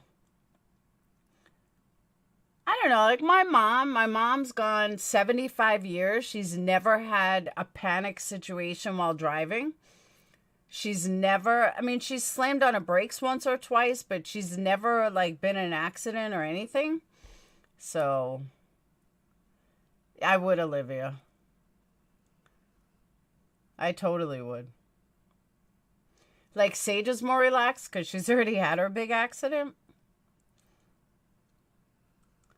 So, all right, but I gotta get to bed. I'm tired. I will see you all later. Now, I'll see you tomorrow. it's only Wednesday, Crystal. I'll be going live tomorrow, Friday. I'll probably go live from the road on Saturday, depending on how the ride goes. But my Christmas shopping's done, I think. And that's it. Now I just gotta wrap everything. And I want to thank those who sent Amazon stuff, by the way. Some more came in today. I got the laundry bags today. I got the blankets today. I got some twin sheets. So a lot of stuff came in, and I cannot thank you guys enough. I know more stuff is coming, because even I ordered stuff that's not here yet. So you'll have a whole fleet of drivers soon. Exactly, Pecan. You know, it's nerve-wracking. You get one child driving, not so bad. Then you have 3 kids driving. Oh my. That's when I really need to get a life. When all 3 kids are driving. I definitely need to get a life. So, all right though. I'm getting off. I gotta get to bed. Exactly, Olivia. No, don't worry. I'm definitely gonna be here. I've been really busy the last couple of days. I may go live from the tire place tomorrow. Who knows? But yeah, I just have a ton of shit that I've had to do with his car. So, because of course I can't be like the bitch mom and be like, you know, hey, go to DMV. Go get this done. Go get that done. No, I got to do it all. I don't know why I'm such a nice mom. But Sage is like, I'm not driving with him. You do it. But yeah. So I'm just like, no, I'll get it done. I'll do it. But I like driving his car. I really do. I told him, I said, I may keep it. He's like, no. And maybe Dane will drive it when he goes to college. Who knows? But all right, I'm out. I gotta get to bed. I will see you guys later. I'll see you tomorrow. Peace. Thank you guys for a super chat. Next time we're gonna do 20. We're gonna set a goal for 20. So, all right, I will see you guys later. Peace out, bean sprouts. Yeah, who knows? I may go live. It depends how tired I am. So, all right, I will see you guys later. Peace.